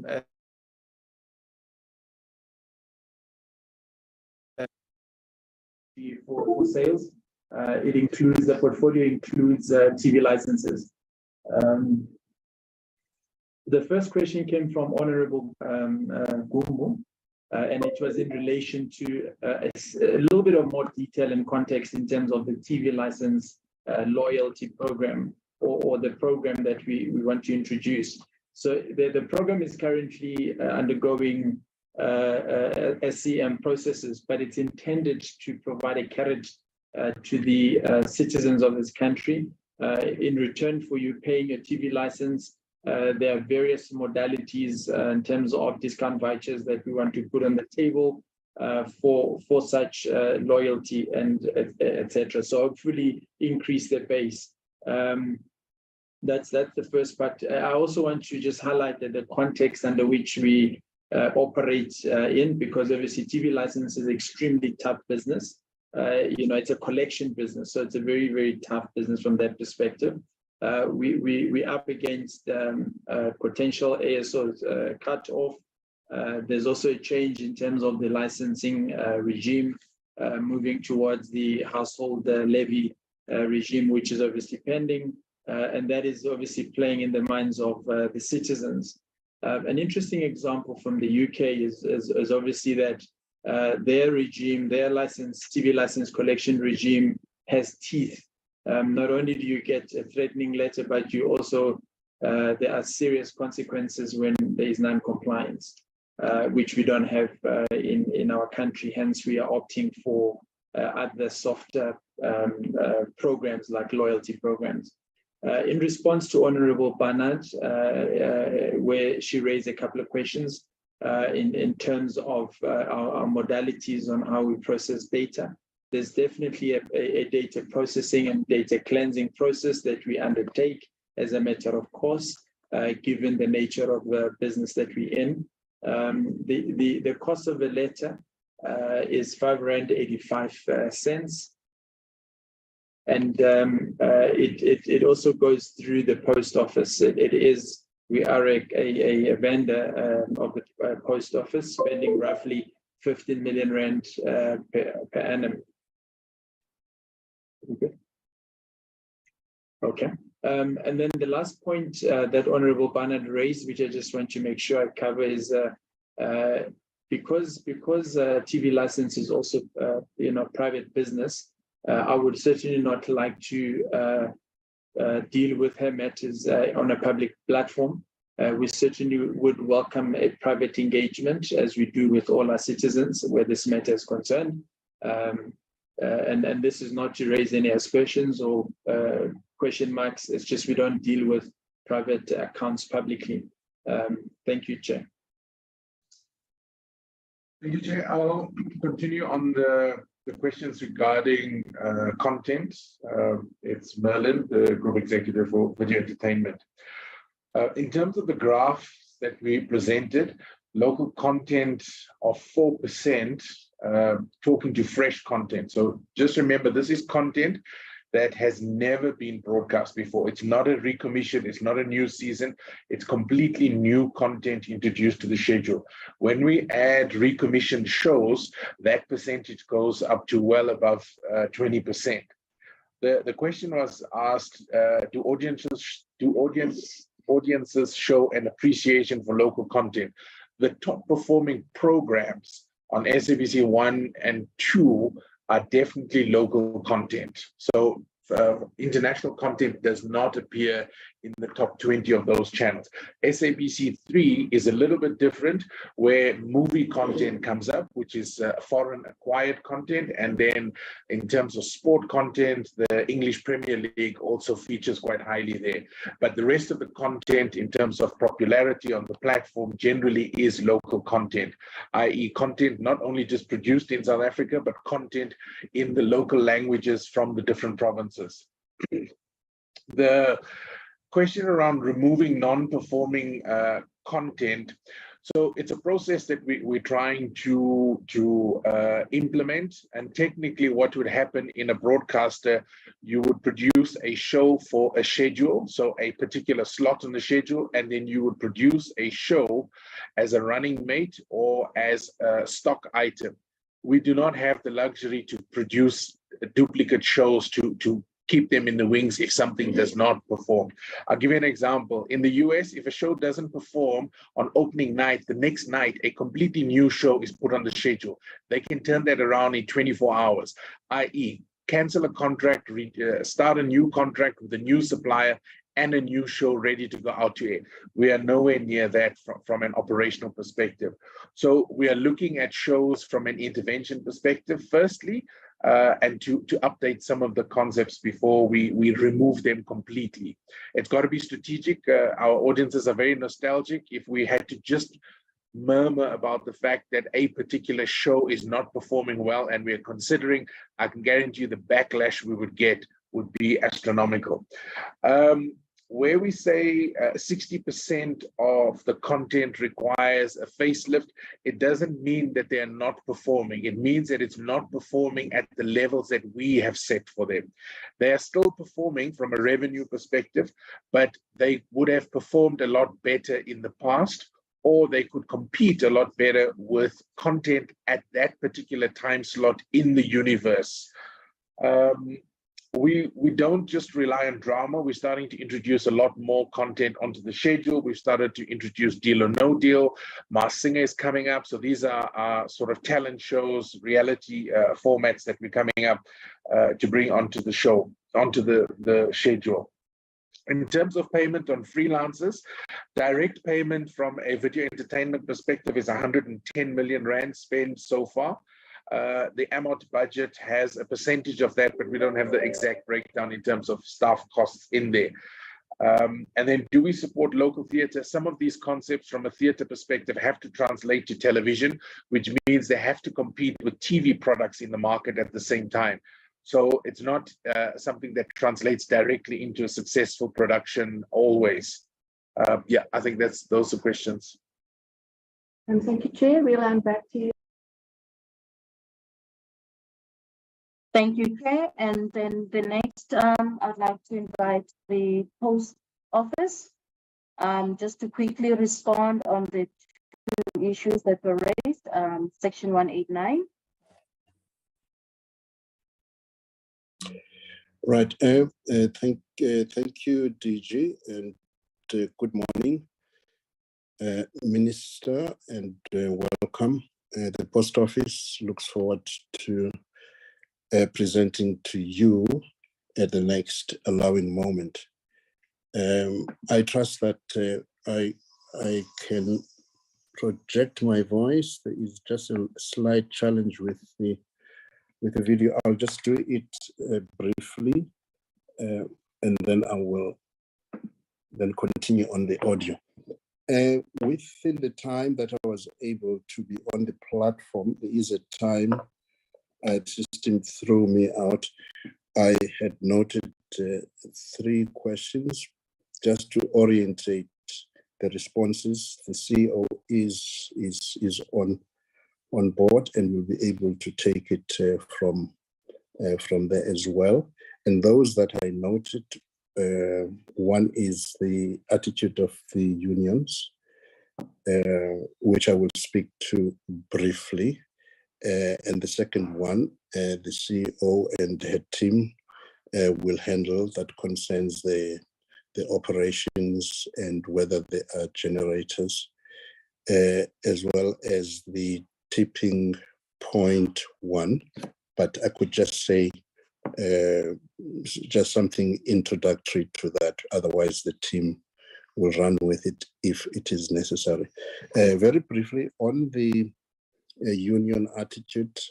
At the beginning of last year, I think we met with the unions. The board convened a meeting with the unions in order to present on the Post Office of Tomorrow's strategy and have a discussion around that as an important stakeholder.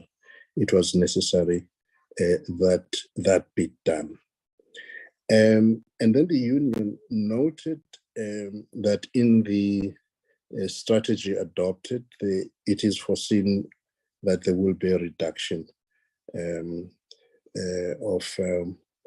of employees, as perhaps would be the case necessarily. However, they shared with us advice, which we have now been able to follow, which is not just to get into that exercise willy-nilly, to investigate possibilities, particularly with the Department of Labor, where the Productivity Institute is located. And they mentioned the various schemes, such as the Labor Activation Program. And we're able to do that. And I think we were well served by following that advice, because they opened our eyes widely. And there were quite a number of schemes that they spoke to, which would be available, that could ameliorate the situation somewhat, without guaranteeing, obviously, that there will be no loss of warm bodies. One of these relates, for example, to the funding that they have as the institute through the Department of Employment and Labor for income subsidization and TERS, and also supporting a turnaround strategy. And they convinced the board that they do have the necessary expertise in that direction. And so therefore, that exercise, championed by our executive, as well as that one of Productivity Institute, is in full swing.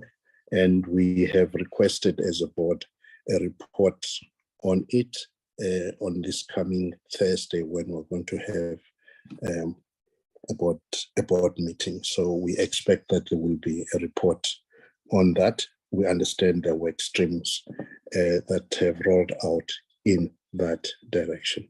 The summary of that position is that, yes, there would be reductions, but they need not be willy-nilly and mechanical, given the situation in which we are. I will skip the one on generators. And there was a question, I think, from Honorable Barnett around what would be the turning point. At what point shall we really close shop? Well, The adopted Post Office of Tomorrow strategy has got various pillars. One of those is partnerships, because the post office cannot start everything from scratch. It is, I think we described it in the last portfolio committee. It's been in analog mode for a while, and now the new course we're chatting is to make it on digital. And you do not, therefore, rely only on the limited expertise, on a limited budget to modernize and to digitize. You must have partnerships in that direction, particularly if you can see that there are certainly the competitors, there are other players there who are making it good time, whether it be in logistics, in the courier service, in e-commerce, and so on. So there is no reason why the post office would have to start from scratch. So that is a central pillar. The tipping point will come if we do nothing about that. If we continue to theorize on it and not take advantage of the fact that actually the post office, because of its footprint, because of its public service mandate and other things, is actually very attractive to those very competitors, some of whom have made advances on their own to the post office to say, can we partner? Because they can actually see the advantage. So that would then come if we don't do that. We're just encouraged by the pledged funding that will be forthcoming from the National Treasury. And at this stage, the discussion is in full swing to examine the conditionalities that we shall agree to. But the point has been made emphatically that this funding now should go into the support of the turnaround strategy in its implementation. I will pause at that point and hand over and invite the CEO to complement and elaborate and maybe clarify if necessary on some of the points I tried to make. Thank you very much. Good afternoon, Chair and members, Honorable Chair of the committee and members, the Honorable Minister, the Honorable Deputy Minister. I will only respond to one question around the generators. We have 32 generators nationwide, and they are nowhere near sufficient. And of course, we do suffer in terms of the load shedding. It does affect us negatively. However, those post offices which are in malls are covered because we use those that belong to the landlords and the malls. But the 32 I'm talking to are those that are deployed in our company-owned premises. The question on the Hawks investigation, with great respect to the Honorable Kola Barnard, I would like us to send the response in writing to your office on that. Chair, if you accept my responses, I'm happy to stop at this point. Thank you very much.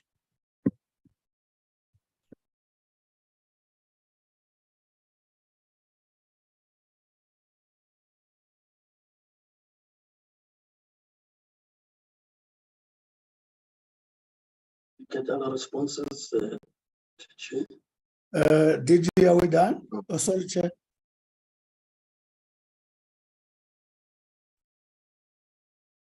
No, Proceed Minister was also checking the same. Thank you very much. I think quite a lot of technical work has been attended to, Chair. Mine is just on two issues. I am on a trip to engage this week and next week with the relevant entities, just to have a sense of what is the state of affairs and how does it inform their respective way forwards, different ways forward. And then that will also take care of me having a sense of finalizing the clarity with regard to how the issue of the vacancies is going to be attended to. My attitude, Honorable Chair, is that before there should be a coincidence between asking for any institution to give results and at the same time opening the way for capacitation. Unless there are financial challenges with needs which call for alternative prudent look on how to deal with situations in a rather unroutine way. Again, on the issue of the purchase agreement, soon, during, I think, the course of this month, not later than its mid, I'm expecting a turnaround plan by Santec, which is actually going to help me answer a lot of questions. And that would include even how will we handle the historic liabilities of the other institution, which will actually be coming together with it in a form rather of acquisitions than a merger. Having said that, that's how far we could go for the day, Honorable Chair.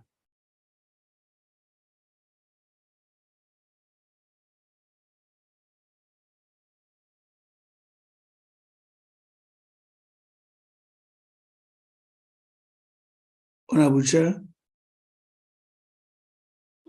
Am I not audible? I could not hear you. I hear you now. Okay, thank you. I was about to chair. No, thank you, Honorable Minister and team.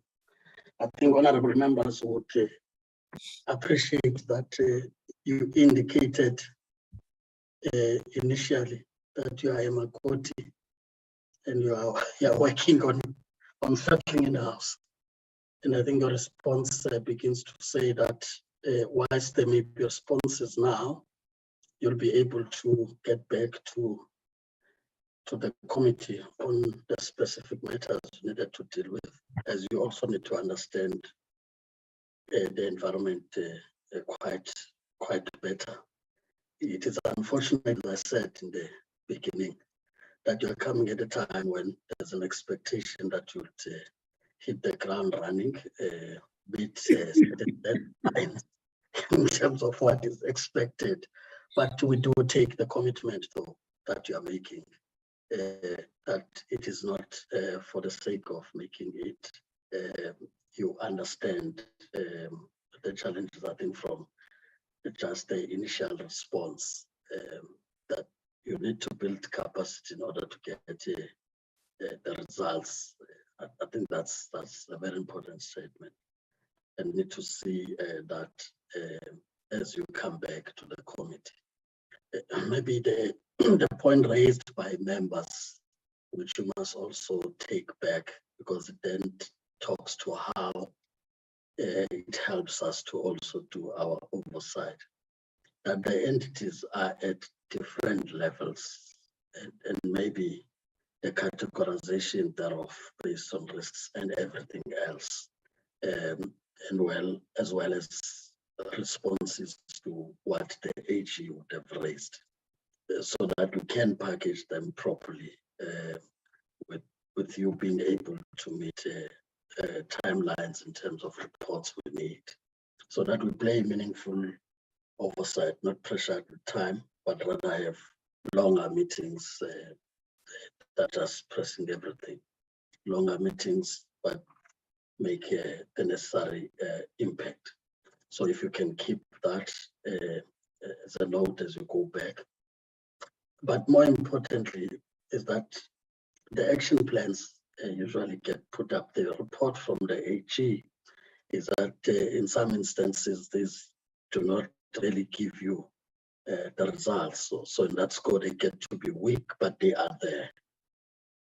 So with 60% reported and everything else reported, I think we may need to get to this point so that the reporting helps us to make informed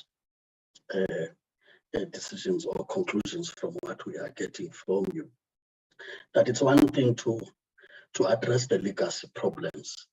It is another to to have either repetitive or now incurring a new as a result of lack of internal controls.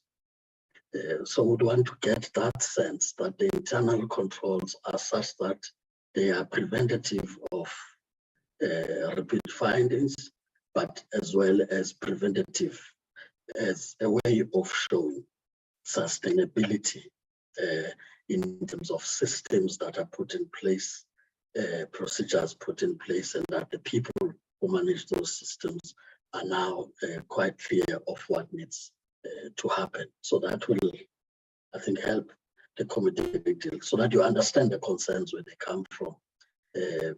Like Honorable Mlala was saying, that you will have those that are regulars in terms of what would be irregular expenditure. You'd expect that it would happen in that space, and therefore the consequence doesn't seem to be an issue that gets implemented to deter reoccurrence of such.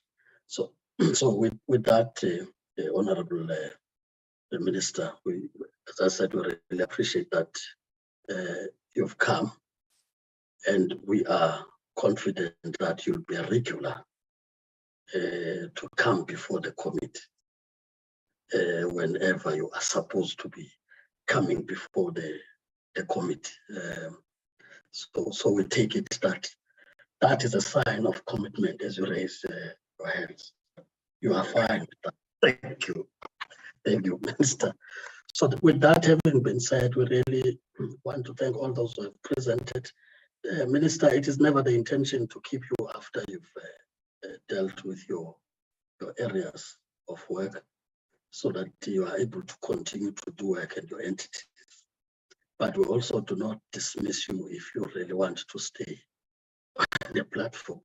Not because we're going to ask you further questions later, but just to say that we are not forcing you to stay if you have to, as we would take the next presentation. I've tried to lobby GCIS, given that it is usually the short together with MTDA, that the 30 minutes should do, so that we use the other 30 to engage with members in that score. Deputy Minister, Honorable Mutamu, I take it that you're still on the platform. You've now already learned how we are approaching matters. So if we can just check on that. Am I audible, members? Yes, Chair. Okay. Yeah, I saw that the gadget says something else on my side. So I wanted to be sure. So we'll now give over to the Deputy Minister, if she's still on the line, and that will take the 30 minutes thereafter to get the presentation all together. Thank you. About you. Thank you, Chair. Good morning, Honorable Chair, Honorable Minister, Honorable members. Thanks for the opportunity. I have the following officials from GCIS with me: Acting Director General, Mr. Michael, Ms. Nomonde, Ms. Mavimbela, who are both Director Generals responsible for Branch 1, Corporate Service, and Branch 2, Content Processing and Dissemination, respectively, and Acting DDG Intergovernmental Coordination and Stakeholder Management. I also have Mr. Sandile Nene, who's the Chief Director, Media Policy and GCIS at GCIS, and the Secretariat for the MEC Charter Council. Chairperson, may I at this stage also acknowledge the presence of our inaugural Marketing and Advertising Charter MEC Council, who just like me are appearing in Parliament and in this committee for the first time since their appointment. The MEC Charter could lead The MEC Charter Council is led by Mr. Chandi and Ms. Ogaba as chairperson and deputy chairperson respectively. I am also wish to acknowledge the presence of the chairpersons of 4 subcommittees. These are Mr. Tebogo Disejo, who leads governance, finance, and fundraising. Ms. Jafta, who leads consumer education and awareness. Ms. Lebohang Sitole, who leads planning, strategy, and regulation, as well as Mr. Veli Ngubani, who leads research and monitoring. Chairperson, you'll recall that 2001, 2003, 2004, and in 2011, after concluding public hearings, the Portfolio Committee on Communications instructed the GCIS to enforce transformation in the sector. In March last year, we appointed and launched the Marketing, Advertising and Communication MEC BEE Sector Council. The aim is to ensure that transformation in the sector is promoted and reported and monitored. Each financial year, the council will table an annual transformation report before the minister and myself, the DTIC, the BEE Commission, and the Presidency's Advisor Council on BEE. The presentation will deal with the council mandate and its activities in all 9 provinces since their appointment. On 30% advertising expenditure to community media, Chairperson, community media is neither for profit nor for bankruptcy. To its end, as GCIS will present its short and long-term measure in this regard. This measure by GCIS includes developing a white paper policy which will ensure that, amongst other measures, the issue of 30% set aside by government institutions to support community media is binding and enforceable with the permission. I will then hand this over to GCIS management to deal with the presentation, Chairperson. I thank you.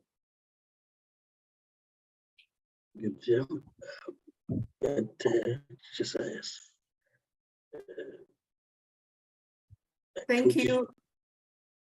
Thank you, Machingelani. I will load, can I have the right then so that I can share the presentation?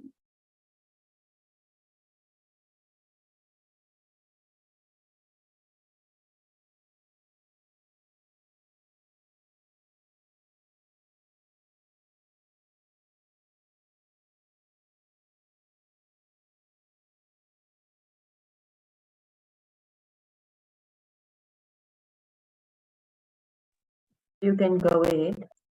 Okay, thank you.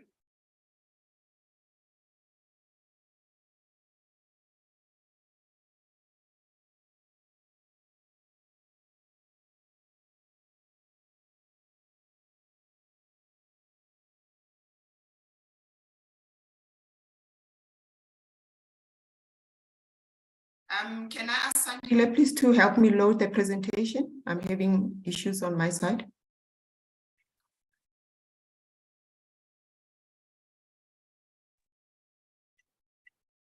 Thank you. If I could be given rights, Chair. You can go ahead, Mr. Nene.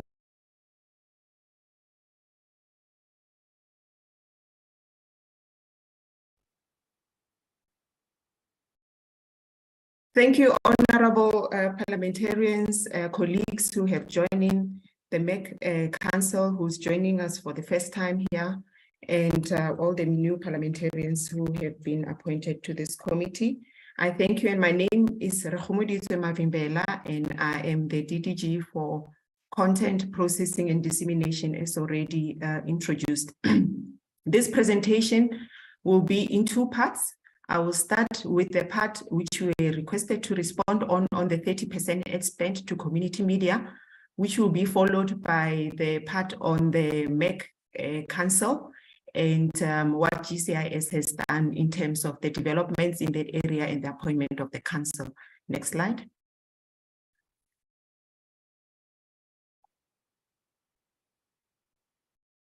Next slide.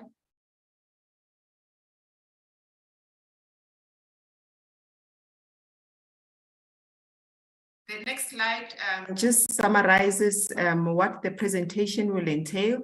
I see that it's not moving. And the slide number 3 also just speaks to GCIS mandate, which I will not go through. So if you can just go on to slide number 4, Mr. Nene. Yes, so over the last 20 years, government has invested over 500 million in this sector, which came as in a form of financial and non-financial benefits. This shows the significance that we place on this sector. It is not enough because the sector of marketing and communication actually accounts to much more than just 500 million. And as such, we have developed short-term and medium-term tactics on how is it that we can improve and also make a higher contribution to this sector. The first stance that we have taken as GCIS, as our media buying unit, which does bulk buying for government departments, is to actually increase the rate card rate that we allocate to community media. So what they give us actually through the platforms and the associations is that we are able to negotiate with them what is an acceptable rate for a 30-second slot. So a 30-second slot will be an advert that will broadcast on a radio platform, on a TV platform, and on print as well. We agree on a column rate. So we have revised the rate after the consultation with NCRF, the Association of Christian Media, that will comprise of your radio, Rainbow Radio, and other TV channels that are on the DSTV bouquet, and the Forum of Community TV. And through the MEC Council Charter, which they will outline as well in their presentation, we are looking at having a proviso to encourage private sector to advertise in community media in exchange for favorable BEE points. And given that we are also looking at not just government and private sector to start having an impact and contributing impactfully in this market, we are looking at a community sustainability model through MDDA. So MDDA is currently undergoing research to do a sustainability model, and that will be implemented through the various community media so that they can also compete with your commercial stations. I mean, the likes of Josie SFM were started as a community media, and right now they can compete on the same par as your commercial stations. Next slide. This is just an account of what has been spent by government departments to dating back to the financial year of 2020-2022, and the total expend, if you can see there, is 52 million, and this is where we're saying that it can improve. Next slide. In this area also, what the other intervention that we're looking at of really making an impact, a visible impact, is the development of a white paper. So the minister in the presidency in 2021 approved the development of a white paper, and the purpose of that is really to modernize government communication. And GCIS has actually commenced the development of a green paper, and we will be taking it to stakeholder for comments. And some of the proposed chapters in the white paper is the chapter on the powers of the minister. Currently, there is no authority by an executive authority who looks after GCIS to pin down on areas of non-compliance in communication. And the minister really just relies on a gentleman's agreement with his colleagues that they will communicate their programs and the like. Also the other area is to prioritize communication as a function which must be reflected in performance contract and service delivery models. And this would be performance contracts of ministers, deputy ministers, premiers, MECs, executive mayors, deputy director generals, and the like. And also reiterating on the 30 ad spend, that's also another chapter in the white paper, and the centralization of media procurement just to drive the bulk buying and also to ensure that due process is followed in terms of the 30 ad spend that we're proposing. Next slide.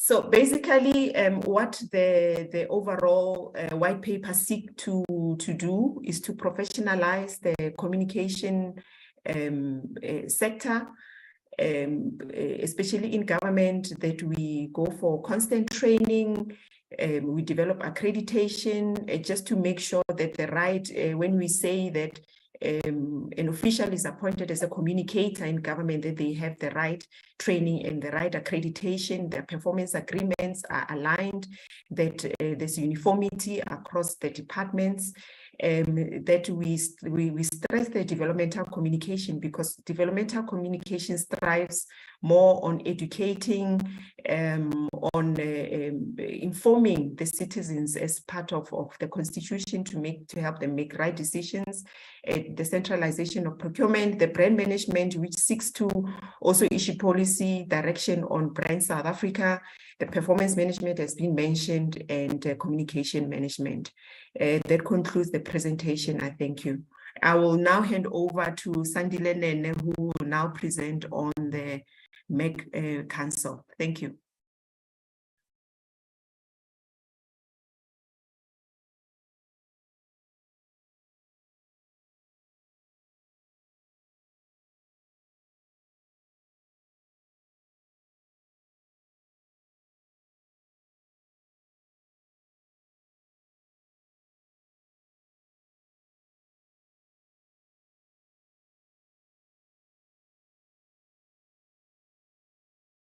Thank you so much, Chairperson.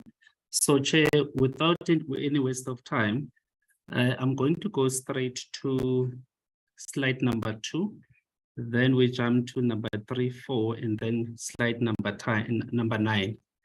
Essentially, Chair, just to summarize the slide, is that in terms of the Constitution, institutions that were expected, or at least that enjoy exclusivity, whether by direct or indirect in the past regime, they were expected to embrace transformation. So the BEE legislation, as well as the policy, including the codes of good practice, then gave us the mechanism in terms of what then happens in terms of the framework to appoint a sector council in instances where the generic code, or at least the generic code of good governance, is not applicable. So in our sector, in terms of section 9.1, enjoined by section 21.5 of the sector code, the minister then started the process by gazetting the call for nomination. Because this process is sector-based, it's a sector merit appointment based, but also it allows the public as well to nominate persons to serve onto the council. So this was done, Chairperson, and then we know that in March last year, as we've alluded to it previously, the minister then appointed the sector council, and I don't think, Chair, that there's a prize for guessing who the minister that appointed the sector council. These are just the name of the members of the sector council who are here. They are led by the chairperson, Angela Tendi, as it has been alluded. But in terms of the operations of the charter council, they work with, and they are divided into 4 subcommittees, as we can all see. And in terms of the approach that was taken by the minister, supported by the department, was that the minister appointed the chairperson, which is in line with the law, but the minister also then appointed the deputy chair and the chairpersons of subcommittees after the recommendations that were made by the Charter Council itself. In other words, there was a joint process in the appointment of the of those that are leading. Obviously, I'm not going to then deal with what each governance or subcommittee does, but of course, then it's important to also note that these are members of South Africa, or these are South Africans who are not getting any money from doing the work. We are not paying them. Of course, the expectation is that if they are able to fundraise enough money, they would be paid.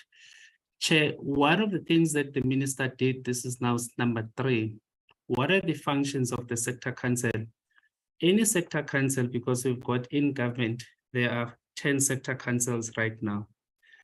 Any sector council is appointed to ensure that transformation is promoted, monitored. And they do this through the annual transformation report, which if at the end of each financial year, they will then have to submit it to the line function ministry. So if you are a tourism, you have to submit it to your minister. Then they will have to submit it to DTIC, purely because all charter councils report to DTIC. In terms of the law, DTIC is the custodian. They will also then have to submit the information to the BBBE Commission, to the BE Commission, as well as the other institutions.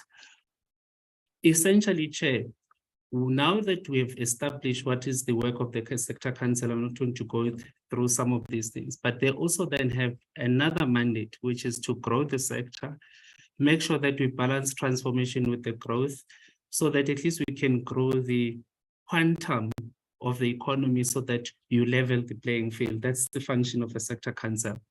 Now, in doing so, one of the things that, as we have indicated, Chair, is that our charter council was only appointed last year, yet the sector code was gazetted in 2016.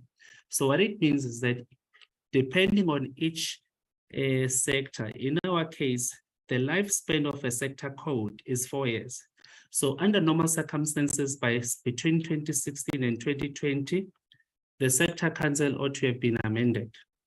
However, this part could not be concluded because government is not allowed to run with public consultation or to review the sector code.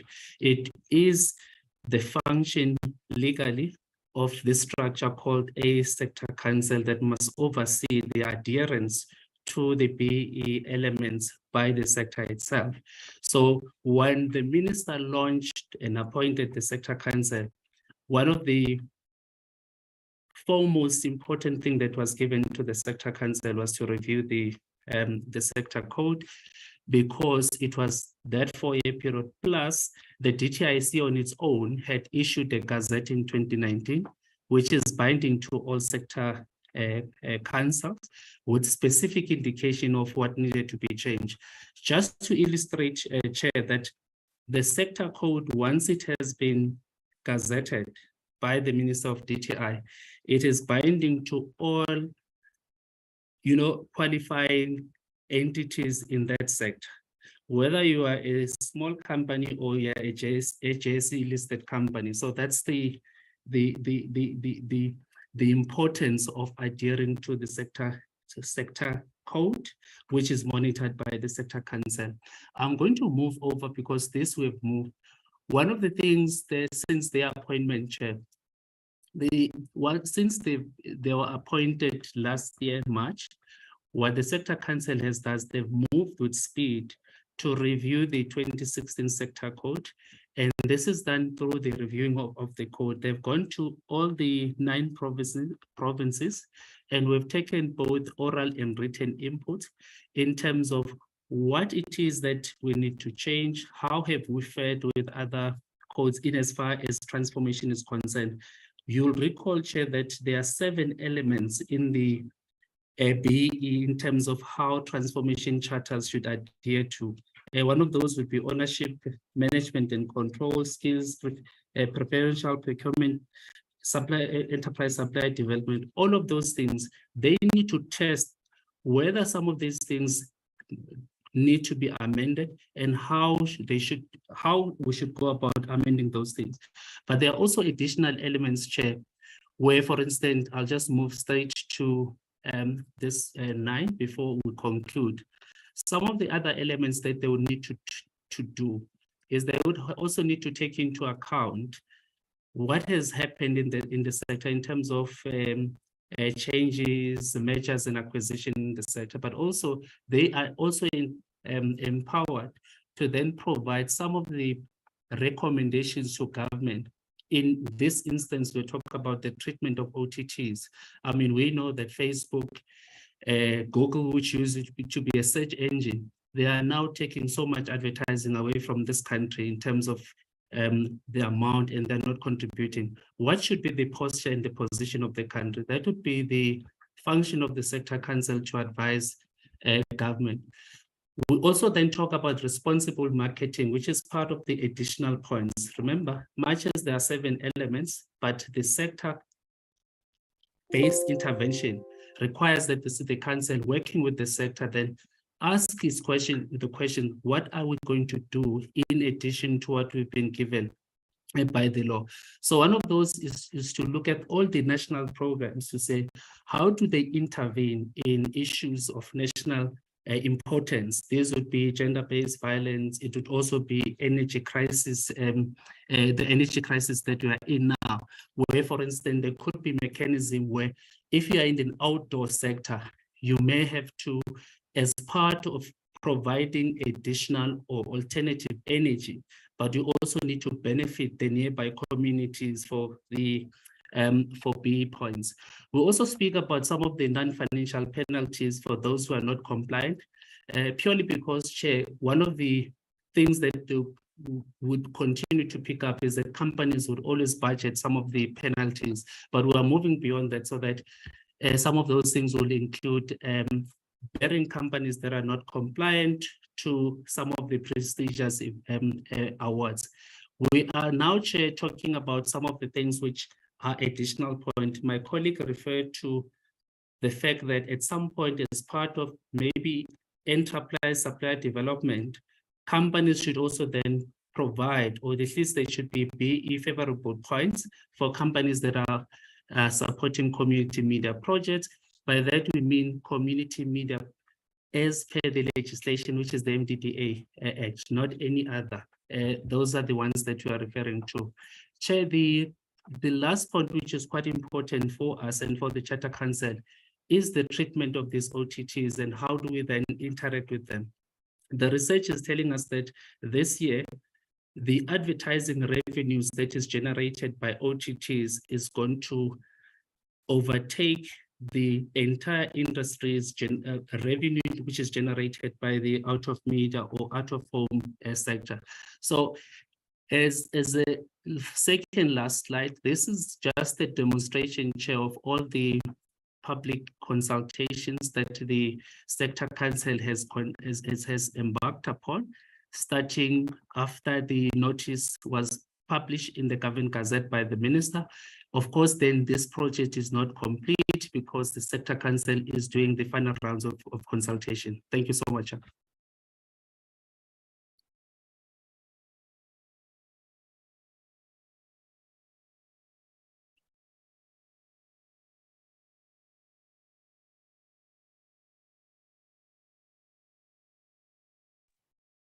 Chairperson. Yes, am I audible now?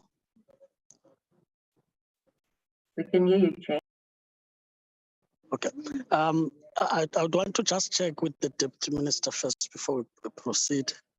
There was an earlier request that the Ministry wanted to apply their mind on the governance matters related to the MDDA, and therefore wanted a bit of time to also have consultations. May I just check if that's still the case before we agree on getting MDDA to present, so that we allow members to engage the matters that have already been presented? Can I get that indication there? Thanks, Chair. Yes, I'm going to make some consultation first, Chair, and then I will come back to the committee to give a response.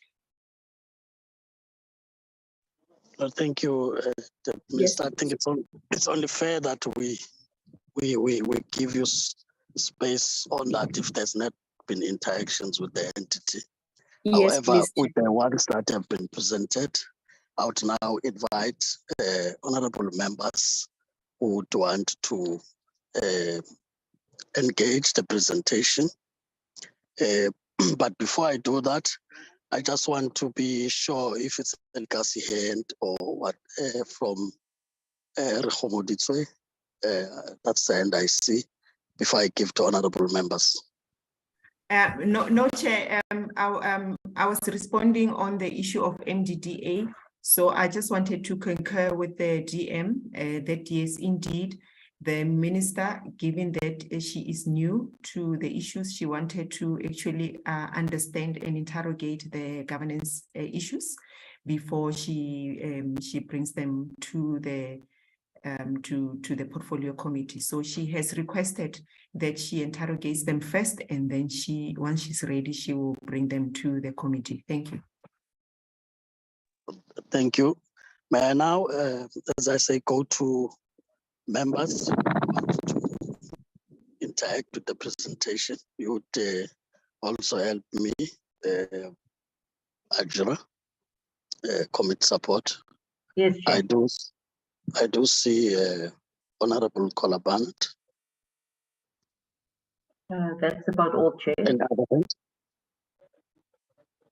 No,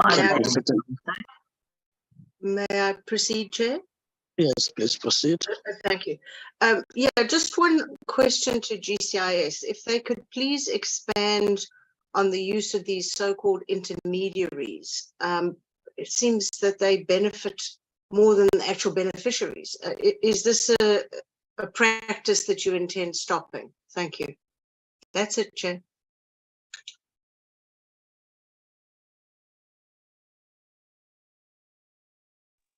Any other member who would want to contribute? If not, I will then ask for the response on that.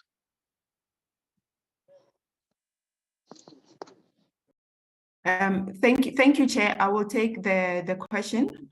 On the issue of intermediaries, I would actually request the honorable member to just clarify. Are you referring to agencies, media agencies, production agencies, or above the line agencies, so that I answer adequately to your question? Thank you. Honorable Kolabanat, do you want to clarify? Pardon, Chair. This was a question that actually Honorable Bodlani asked me to put because she had to leave the meeting to catch a bus into Parliament. So it was what you refer to as intermediaries. And she says it seems as though they benefit more than the real beneficiaries. And so will the practice of using intermediaries be stopped? That is the question. I see Honorable Bodlani's hand. I'm sure she wants to further clarify the question. I'm sorry, Chairperson. I'm now standing on the street corner, but the presentation says exactly that, intermediaries. So maybe the follow-up would be, how does the process work? Because now the question is giving us more information so that we are also empowered. And thank you to Honorable Kolabanat.